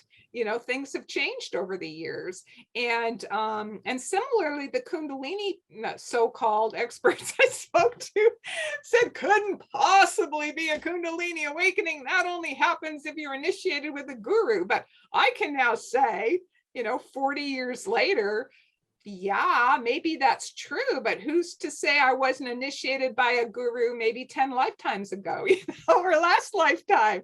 So we have to think of a multi-lifetime perspective. So now I'm very confident to say that that plane crash experience was a near-death experience, and that was in the 70s, and that meditation experience was a Kundalini awakening. But there was absolutely no supportive validation, and that's part of what has propelled me to become an advocate for experiencers and also to provide a safe place where experiencers could share, because I had none of that, for most of my life. Yeah, and in fact, back when Yogananda, back then it was guru to disciple, right? So if you have an awakening, you better hope you have a guru who's gonna help you with it. Mm. So Diane, who's also from Toronto, and she attended U of T, she wants to know about the lake. So when you were rescued from the lake, by the way, what was the temperature of the lake? Was it A sub-zero. yeah? Yeah. So it was Wait a the second. She lake. wanted to know, were you underwater? It was Lake of the Woods by Kenora. And I went underwater several times and had lake water in my lungs, but I managed to swim up to surface again. And through the grace of God and superhuman strength, I did manage to swim to shore. So actually, when the helicopter pilots rescued us, the pilot and I had swum to shore. Wow. How far did you swim? They estimate just from where the plane went down and where they rescued us that I swam about 200 yards. And this was in ice cold water with a strong current, wearing a heavy winter coat and boots. So people say it was literally impossible. I just look at it as the grace of God. Whoever's raised your hand, please write your question in the chat. That's how we're handling the questions today. Mm-hmm. Somebody wants to know what yogis call STEs. I said earlier on, they use the word samadhi for mystical experiences of all types. And they use the word siddhi, SIDDHI, siddhi, for psychic and intuitive experiences of all types. And the spiritual energy, they use the word kundalini. So in yoga, we would talk about a near-death experience as being either a samadhi experience that happened when you were close to death, or a siddhi experience that happened when you're close to death. Okay, so this is, you already did kind of answer this, but we'll do it again. So somebody wants to know, what is your go-to methods to get close to spirit? Do you practice or believe in manifestations? Okay, so over the years, I explored many different paths, and I learned from many different teachers and many different traditions.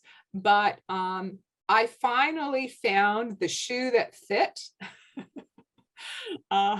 in 2000. And I realized that for me, my personal path, that I had some profound experiences. I actually talk about it in my book, a mystical experience I had when I was in Israel in 2000, where I had a strong experience of Jesus. And I realized that I've been a Christian for 2000 years, but I, for many years, have had visions of Babaji from the Yogananda tradition. So I knew I was a yogi, and something healed in me when I was in India. And I realized, I get it. I'm a Christian yogi. They've both been my gurus in past lifetimes, Babaji and Jesus. And the lineage that has both Babaji and Jesus in it in the West today is Self-Realization Fellowship that Paramahansa Yogananda brought to the West. So I'm an SRFer, and I practice Kriya Yoga, and I've been doing that devotedly for 22 years now.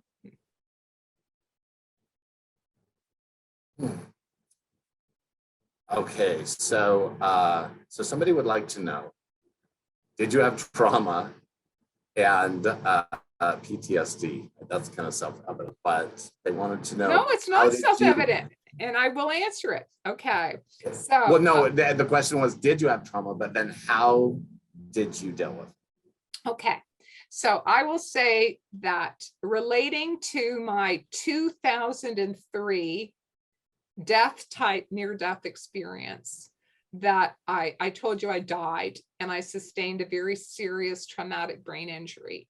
And yes, I had a powerful mystical white light near-death experience. That is true. But also, in addition, And at the same time, when I came back in my body, I did have post-traumatic stress related to the physical injury that my body experienced. And if my foot touched even a little bit of ice, I live in Canada, so it's icy in the winter, right? I would have a panic attack. Like literally, I would freeze. I would go into a panic attack. I'd feel incredible anxiety. It was like a body reaction. I am not afraid of death. I, in fact, welcome death. It's much nicer on the other side than here. So this was something completely different. This was like, it was like my body had the memory and my body had the post-traumatic stress from the reaction to that injury. My body was trying to protect me from being injured again. And, you know, nightmares and flashbacks and other symptoms that one gets from post-traumatic stress. So I'm really glad you asked this question, because I think it's something that's not talked about near enough, that one can have both post-traumatic stress from the physical injury that you sustained that killed you or almost killed you, and the profound spiritual blessing and like safety ring of knowing that you are loved by the other side and that you're an infinite soul and that your soul lives on. So it is absolutely possible to have both at the same time. It's like, can you have a broken leg and at the same time be eating, you know, your favorite kind of pie? Well, yes, of course, you can have both of them at the same time. So that is what happened to me with the traumatic brain injury. And I actually found that, you know, I got really, really great psychological help. I got really great physical help, but I found for me, the post-traumatic stress, it really took time. That it really was time was the healer. And I did not have to go for specific therapy for the post-traumatic stress, but it was really quite marked, I would say, but for the first 3 months at least. Perhaps 6, that I had post-traumatic stress symptoms quite definitely.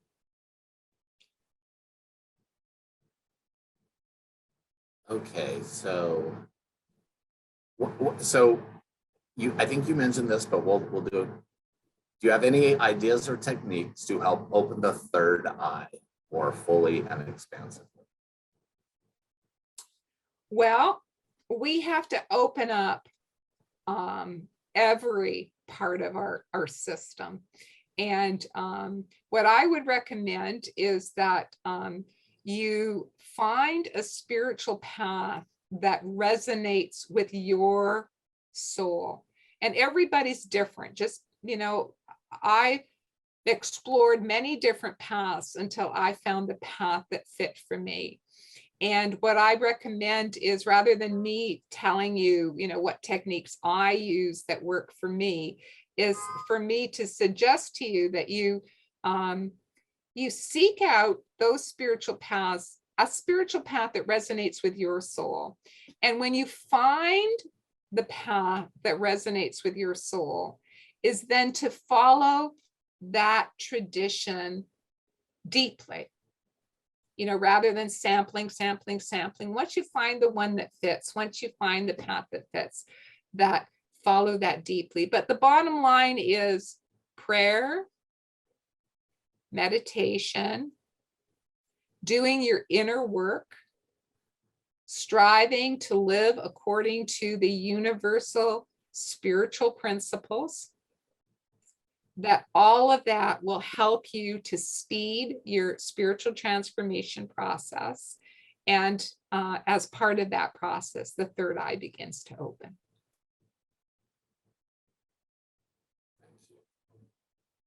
Okay.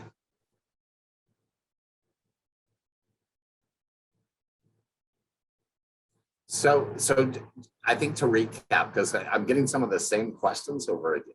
So this person's asking, what percentage of NDEers actually have any type of STE? So, okay, all of them, all of them. So some people seem to be a little bit mixed up. near-death experiences are one type of STE. And actually, there are a lot of STEs, way more people having other STEs than they are having NDEs. In my clinical practice, it was only about 10% of the people that came to see me were having near-death experiences. So it's a subtype. Okay, it's like it's one type of STE, but there are so many people having other types of STEs, and we just have to embrace that it's part of a family. Like, you know, it's one child in the family. Did you experience any childhood STE experiences? And if so, did they have an effect on your development and interaction with others? Yeah. Thank you, Robert, for that question. I saw that he popped it into the chat. Well, my first childhood STE that I have memory for was actually a near-death experience that happened when I was 5 years old. I was at a train platform, and I was almost hit by a train. And fortunately, somebody pulled me out from in front of the train before it could hit me. But right before the train was about to hit, I went out of body and time stood still. And I entered this incredible state of peace. And I could see that I was about to be hit by a train. I was about to be killed, but I was totally unafraid. So I was 5 years old. But then I was pulled, and suddenly time started moving again, and I was on the platform and I was not hit by the train. Now, I never realized that was a type of near-death experience until many years later, till a few years ago. But now I realize that was my first near-death experience, an out-of-body type. The impact it had on me when I was 5 years old, I didn't know it was paranormal. I thought I could fly. And that's how I understood it as a 5-year-old, is that I had flown that day. And I remember trying to fly afterwards, climbing up on the fence in front of my house, spreading out my arms, trying to fly down the street. And I couldn't figure out why I couldn't do that. And that was how I understood it as a 5-year-old. My next clear STE as a child also happened as a near-death experience. When I was 11 years old, my family was in a really bad car accident, and I had a head injury, and I was unconscious for 3 days. I was in a coma for 3 days. And I've always remembered floating above my unconscious body and watching the accident scene, and floating above in the emergency room when the doctors were trying to resuscitate me, and seeing my little body. I was, I just turned 11, so I was still a kid. It was way before puberty, and I'm lying there on this I still remember the outfit I was wearing and everything. And I'm up above, maybe 15, 20 feet above, looking down. And I remember very clearly when I regained consciousness 3 days later. And interesting, again, as an 11-year-old, I had no idea that was paranormal. For all I knew, that's what everyone experienced when they were unconscious for a few days because of an accident. But what I now realize is I had very marked after effects from that near-death experience. I now know it was a near-death experience, which was that for almost a year afterwards, I could see ghosts. And I thought my house was haunted. That's how I understood it as a child. And I refused to sleep in my bedroom, and I made my parents move in my bed into the bedroom where my younger brother and sister were sleeping, because I was afraid to be in my bedroom at night because I was seeing all of these spirits in my bedroom. And, my parents dismissed it as, stress from the car accident or whatever they thought.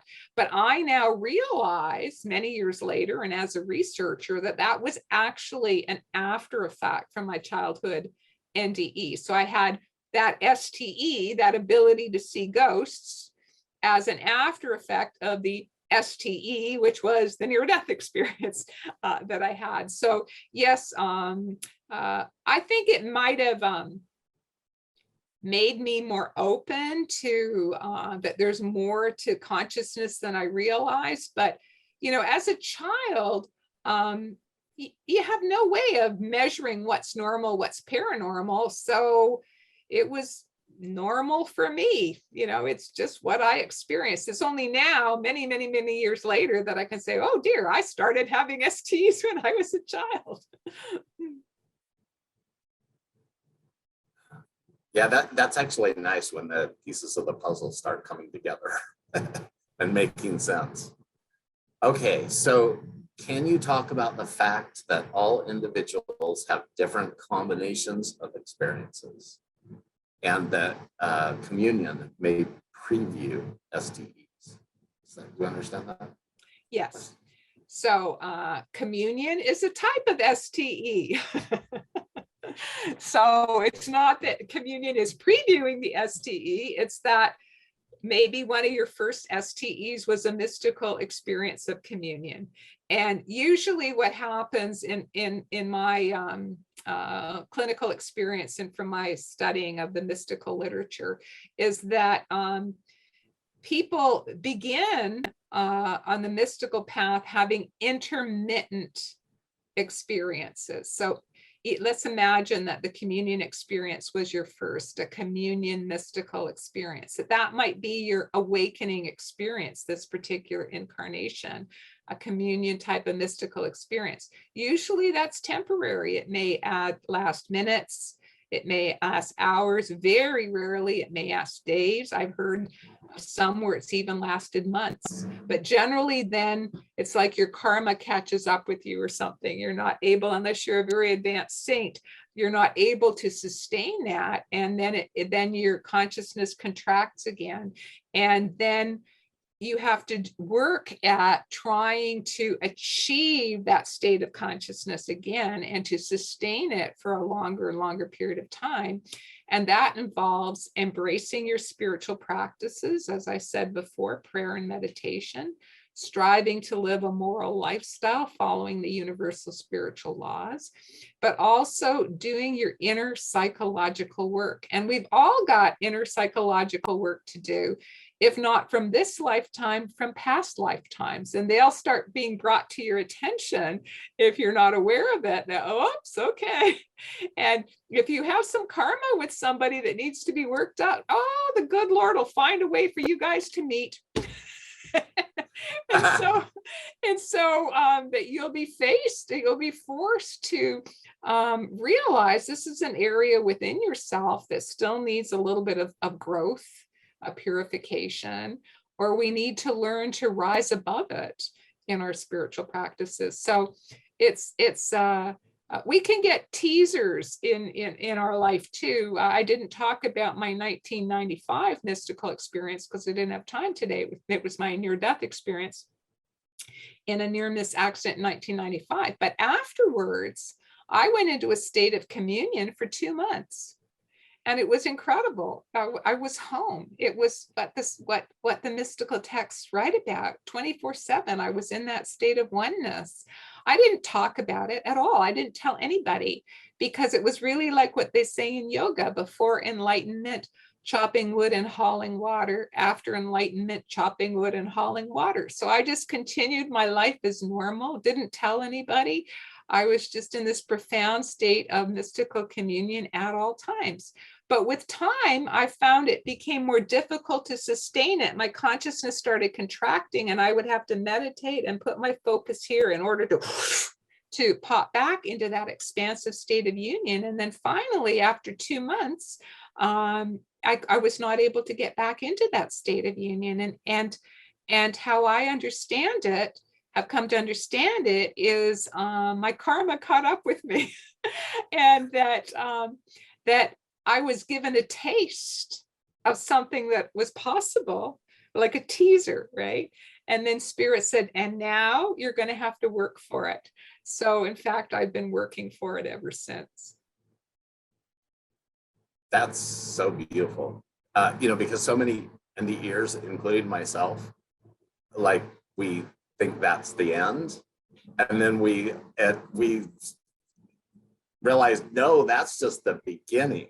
That was the teaser. And I had, yeah. And the funny thing about the dark, I mean, for me, it was a dark night that that disconnection period. And it's like, I think Adyashanti calls it, I got it, I lost it, because that's what was happening with me. I was like, oh my gosh. So that is really great what you said. Somebody would like to know, how do How do you envision SDEs contributing to human evolution and physiology? All right. So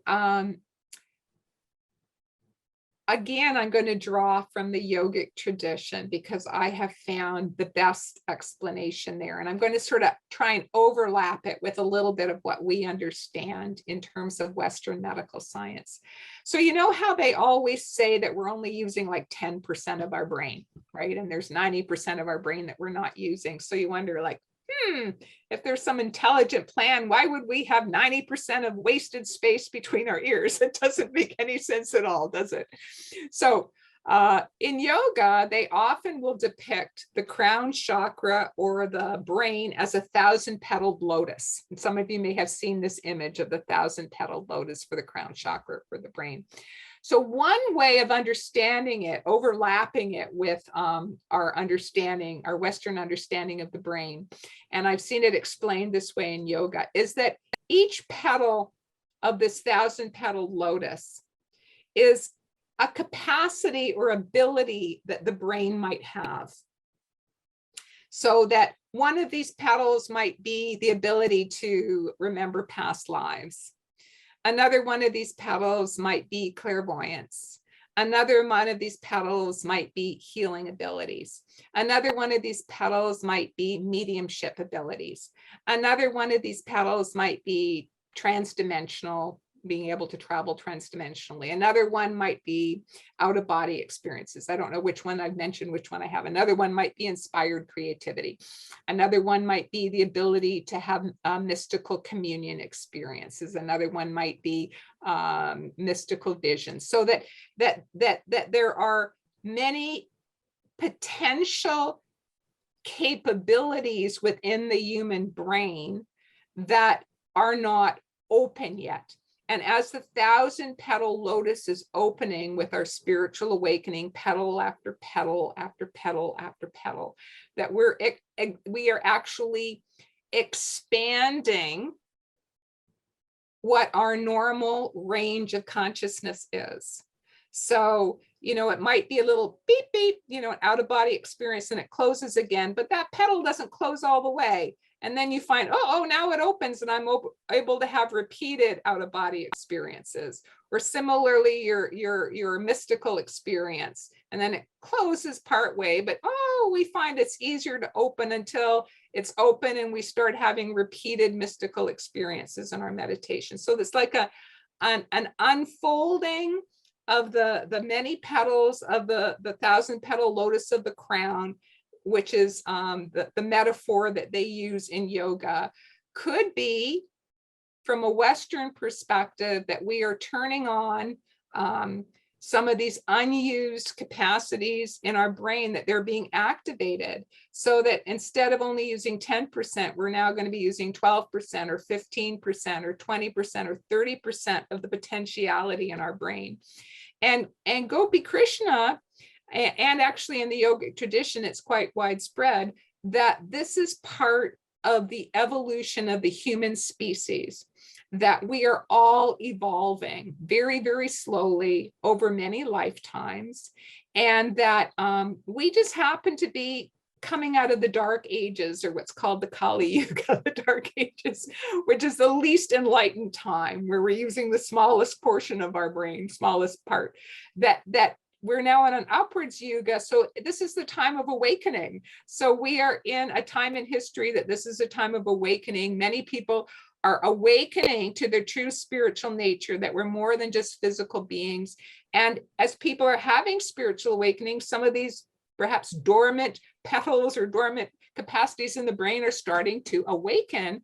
And then it's becoming a part of your normal being.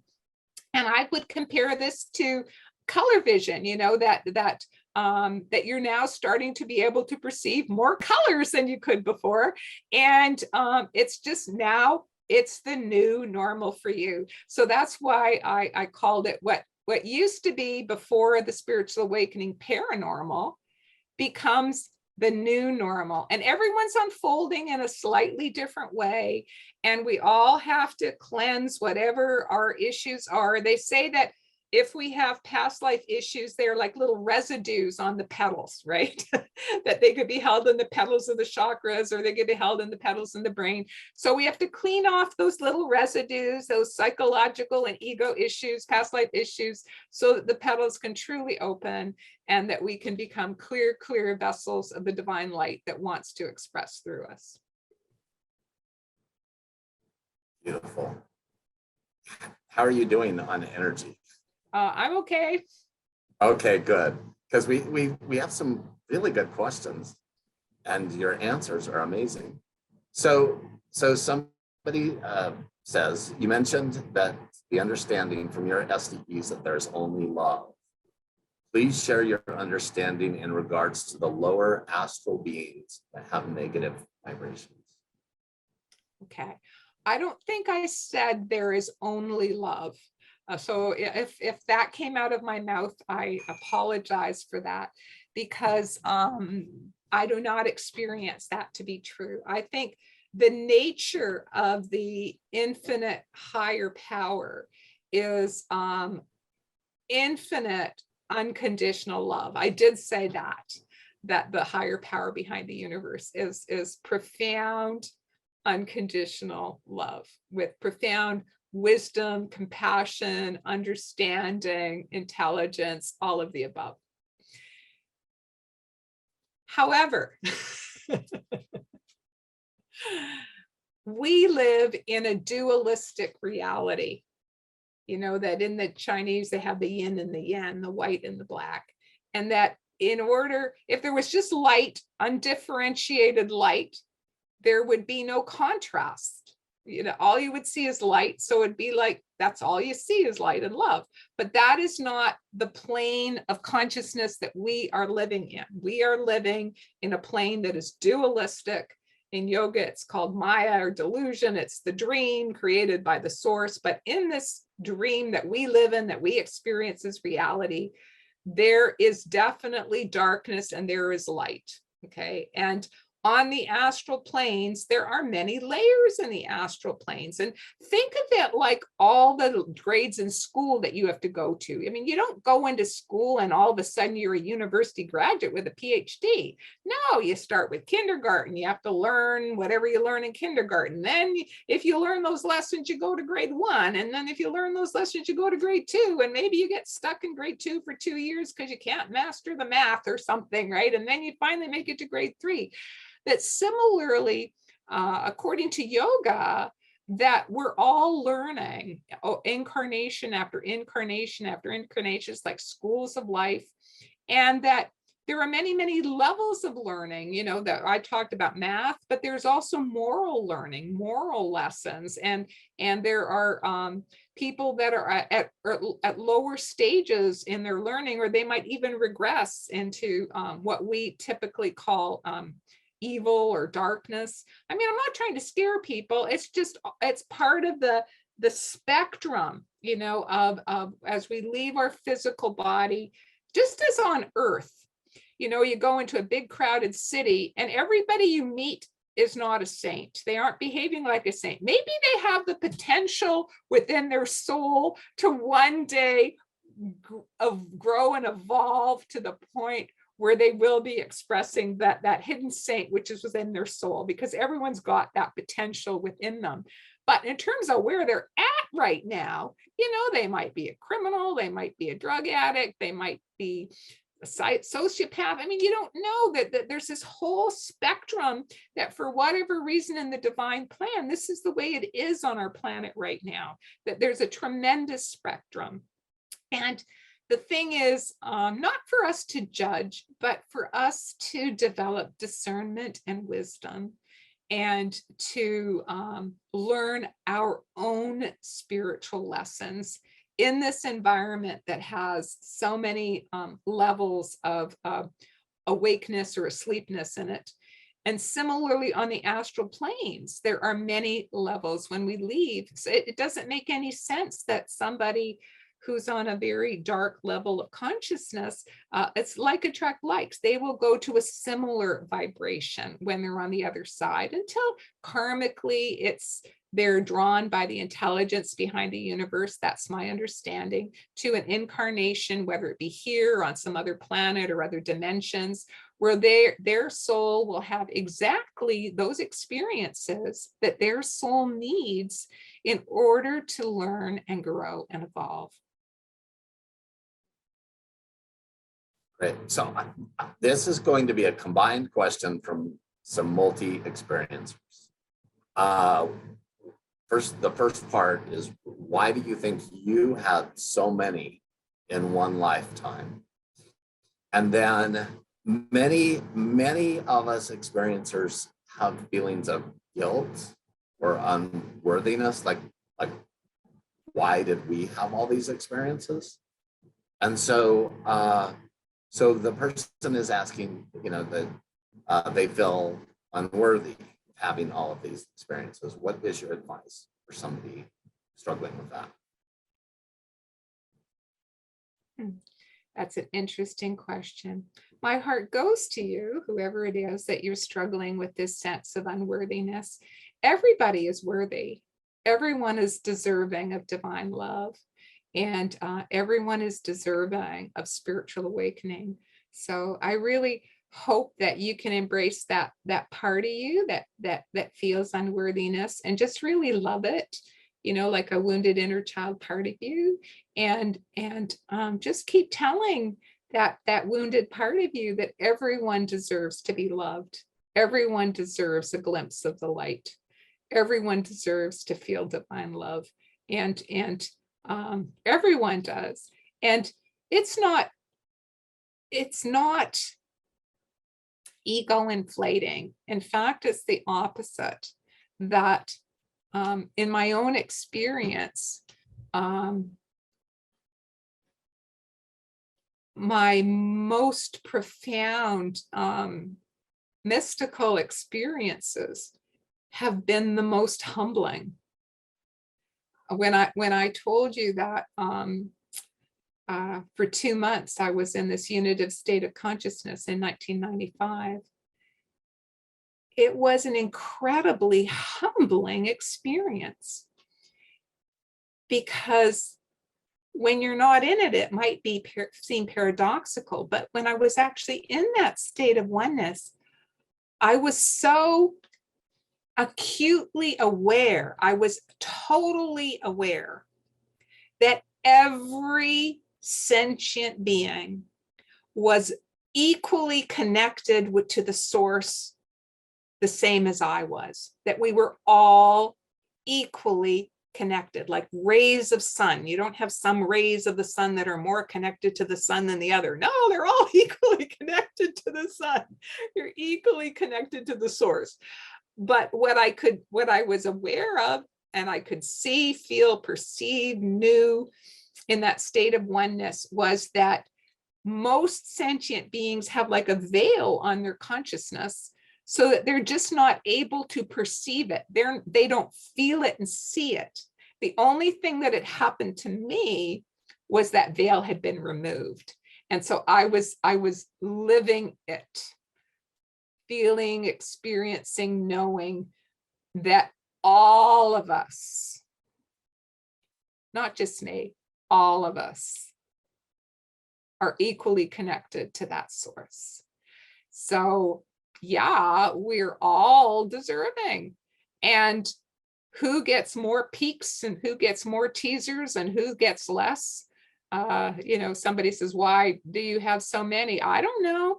Divine plan, I guess. I sometimes laugh and joke and say, the good Lord wanted me to be sure that I knew what my medical specialty was going to be. So every few years he kept popping in some more experiences. It's the divine plan, not my plan. And but I think that also it was because I was being called to help others.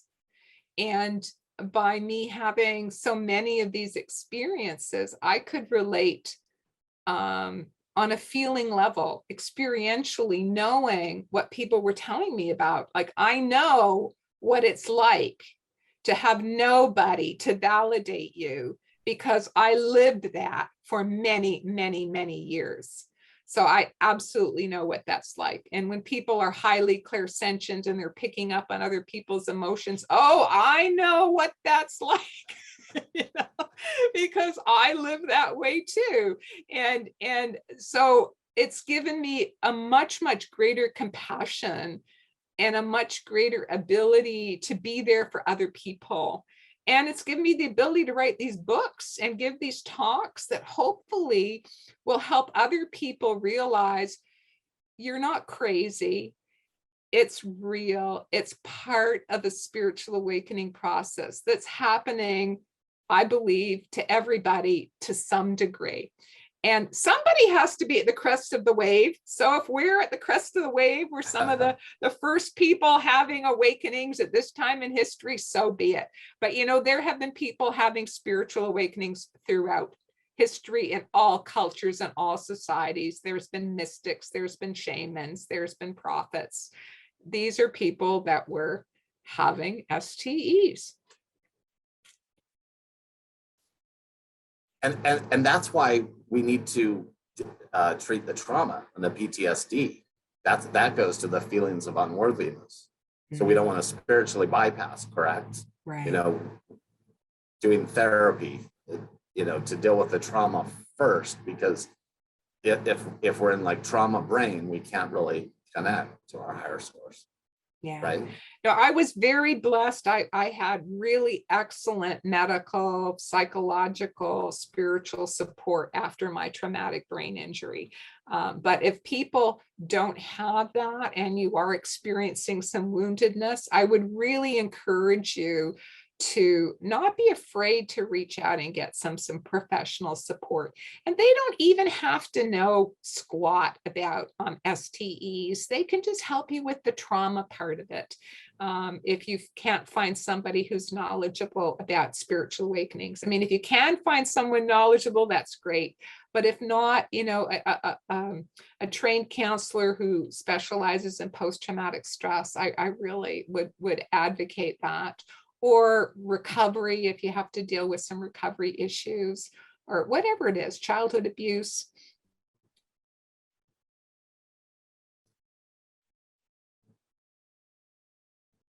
So somebody would like to know, can you say a few words about UFOs and beings associated with mystical experiences? UFOs, okay, and beings associated with what? Yeah, so UFOs and interdimensional beings and how they might play a role in mystical experiences, Okay. or any. All right. So first off, I would like to say that I think those are quite different experiences. Right. So let's start that as point one. It has been my observation going back over 30 years, 35 years, that many of the UFO so-called abductions, what used to be called abductions, now they're starting to use some different vocabulary. They're calling them encounters, I believe, are trans-dimensional psychic experiences. So that these beings either are existing on dimensions different from our own, or are able to sort of travel interdimensionally, you know, sort of like Star Trek, where they use a beam me up, Scotty, and they go from one place to the other. That either way, the impact on people who've had these UFO encounters demonstrate the same sort of patterns as people who had very strong psychic awakenings. So it seems like the psychic centers in their consciousness have been awakened by this experience that they perceive as a UFO abduction. So, you know, if you have a mystical experience, it makes you more susceptible to other mystical experiences. If you have psychic experiences, it makes you more susceptible to other psychic experiences. So, you know, I observed from early on, well, why would a UFO encounter, if it's here on this three-dimensional plane, why is it suddenly making you open to psychic phenomenon and out-of-body experiences?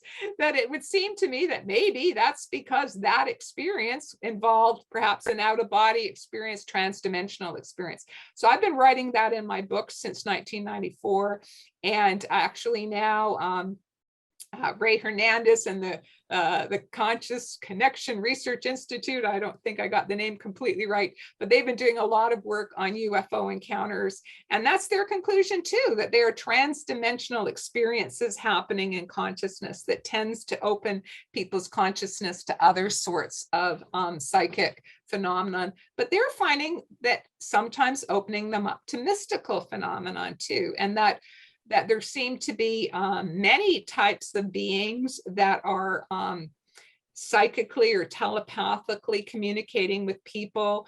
And that I think in the past, everyone who talked about this sort of experience was automatically labeled as crazy. And so they were afraid to talk about it. But now, you know, with STEs coming out, people are feeling safe enough to share what's happening to them.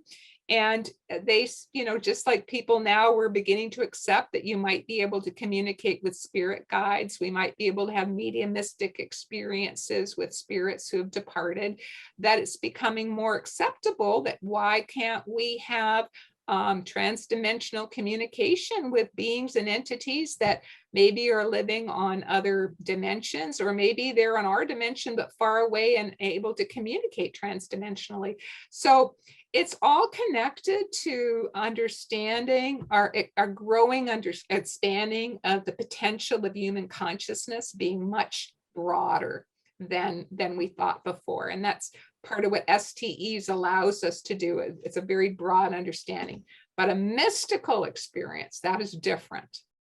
Mystical experiences are when we access the highest astral planes or the heavenly astral planes and the causal planes, which is an even more subtle, more highly refined plane, which is beyond today's conversation. Yeah, and I want to remind everyone, if you go to Spiritual Awakenings International, Yvonne has really written up all of the different experiences and explains it really well. So go to the website, spend some time. She's got lots of videos on there. One final thing, so we have many people with traumatic brain injuries. I'm not sure if everybody heard that you had a traumatic brain injury, that you were disabled for 12 years, right? Yeah. For 12 years. 12 years, over 12 years. And that you held yourself. So I think if you could talk about that, that would be a wonderful closing thing, because so many of our members are suffering from traumatic brain injury. Okay. I wouldn't word it that I healed myself. I would word it that I was healed. That I experienced an act of grace, a blessing from the divine, a miracle, and my brain was healed. Yes, I worked very hard at trying to heal myself. I did everything you could imagine. You know, I did neuro rehab for 7 years. I took out all my mercury fillings. I did all sorts of detoxes, cleanses, everything. I did everything I could to try and heal myself. But I actually came to the point of understanding that for whatever reason in the divine plan, my traumatic brain injury was not going to be healed. And I mentioned, so I plan to write a book about this one day, but my philosophy I learned much earlier in life was, no matter what life gives you, try to look at the positive, look at the cup half full rather than half empty. And so I tried to make the best of my disabled life, to celebrate what I was still able to do. I was still able to express my love for others. I was still able to have a very quiet, slow-paced life. I relearned how to meditate. It took many, many years to relearn how to meditate. So I focused very much on that. But I could always pray, and I could always love God. You know, my love could not be destroyed. That could not be taken from me. And that became like my rock, my faith and my love. And also just the absolute knowing that this was not a punishment and I hadn't done something bad, which some, people rather cruelly said to me, oh boy, you must have some really bad karma that this happened to you. And I just knew, no, that is not true, because I experienced that love on the other side. I didn't know why I had to be disabled. I didn't know why that was the divine plan. I had no idea I was going to eventually be healed. I thought I was going to be disabled for the rest of my life. But I just trusted. I just absolutely trusted that the divine plan was good and that there was some positive reason. Even if I didn't understand it, I so trusted the love of the higher power that there must be some reason, which is good, why I'm going through this experience. And I accepted that. And I read that maybe I was burning off a lot of my own karma. And I thought, okay, if this is the way the good Lord wants me to burn off a lot of my karma, I accept. Burn, karma, burn. I used to make a little joke out of it. Burn, karma, burn. And then I also read that metaphysically, that we can, through our physical bodies, also burn off the karma of those people we love and that we're praying for. And, I was praying for a lot of people. And I thought, I accept that too. If I'm burning off other people's karma for people I love through my prayers, I accept that. I will do that. And I accepted that. And it gave me like a meaning for the challenges I was going through, that if I'm burning off my karma and if I'm burning off other people's karma, I accept. And I did my best to love God and just live as good a life as I could as a disabled person, focused on my prayer and meditation. And then lo and behold, surprise! The good Lord surprised me February 24th, 2016 with a healing experience. Says, well, Yvonne, we've got more work for you on the planet. And here I am. Yeah, and I want to underline acceptance and surrender. You accepted wholeheartedly and surrendered to what is versus woe is me or the past. And that's what's so amazing, that you did that. And we're so grateful. When is the Pacific Rim Sharing Group? It is on Saturday, February the 5th at 6 p.m. Eastern. So that's 3 p.m. Pacific. I think that's 1 in Hawaii. Yeah. And so it's a great time for all of us in Hawaii and our members in Singapore and down under to come to the sharing group, which is really nice. I hope that you will all attend. Hopefully in the next, within the next year, because this is such a great way to start off the year with you. And soon we will have Robert tell his stories of how he was a CHP officer, furthest thing from spiritual experiencer, and then started having his experiences. So that will be very exciting.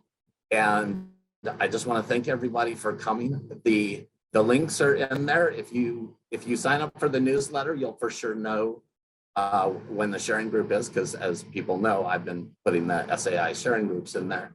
Also, if you subscribe to our new YouTube channel, then you'll know when we upload the video of tonight.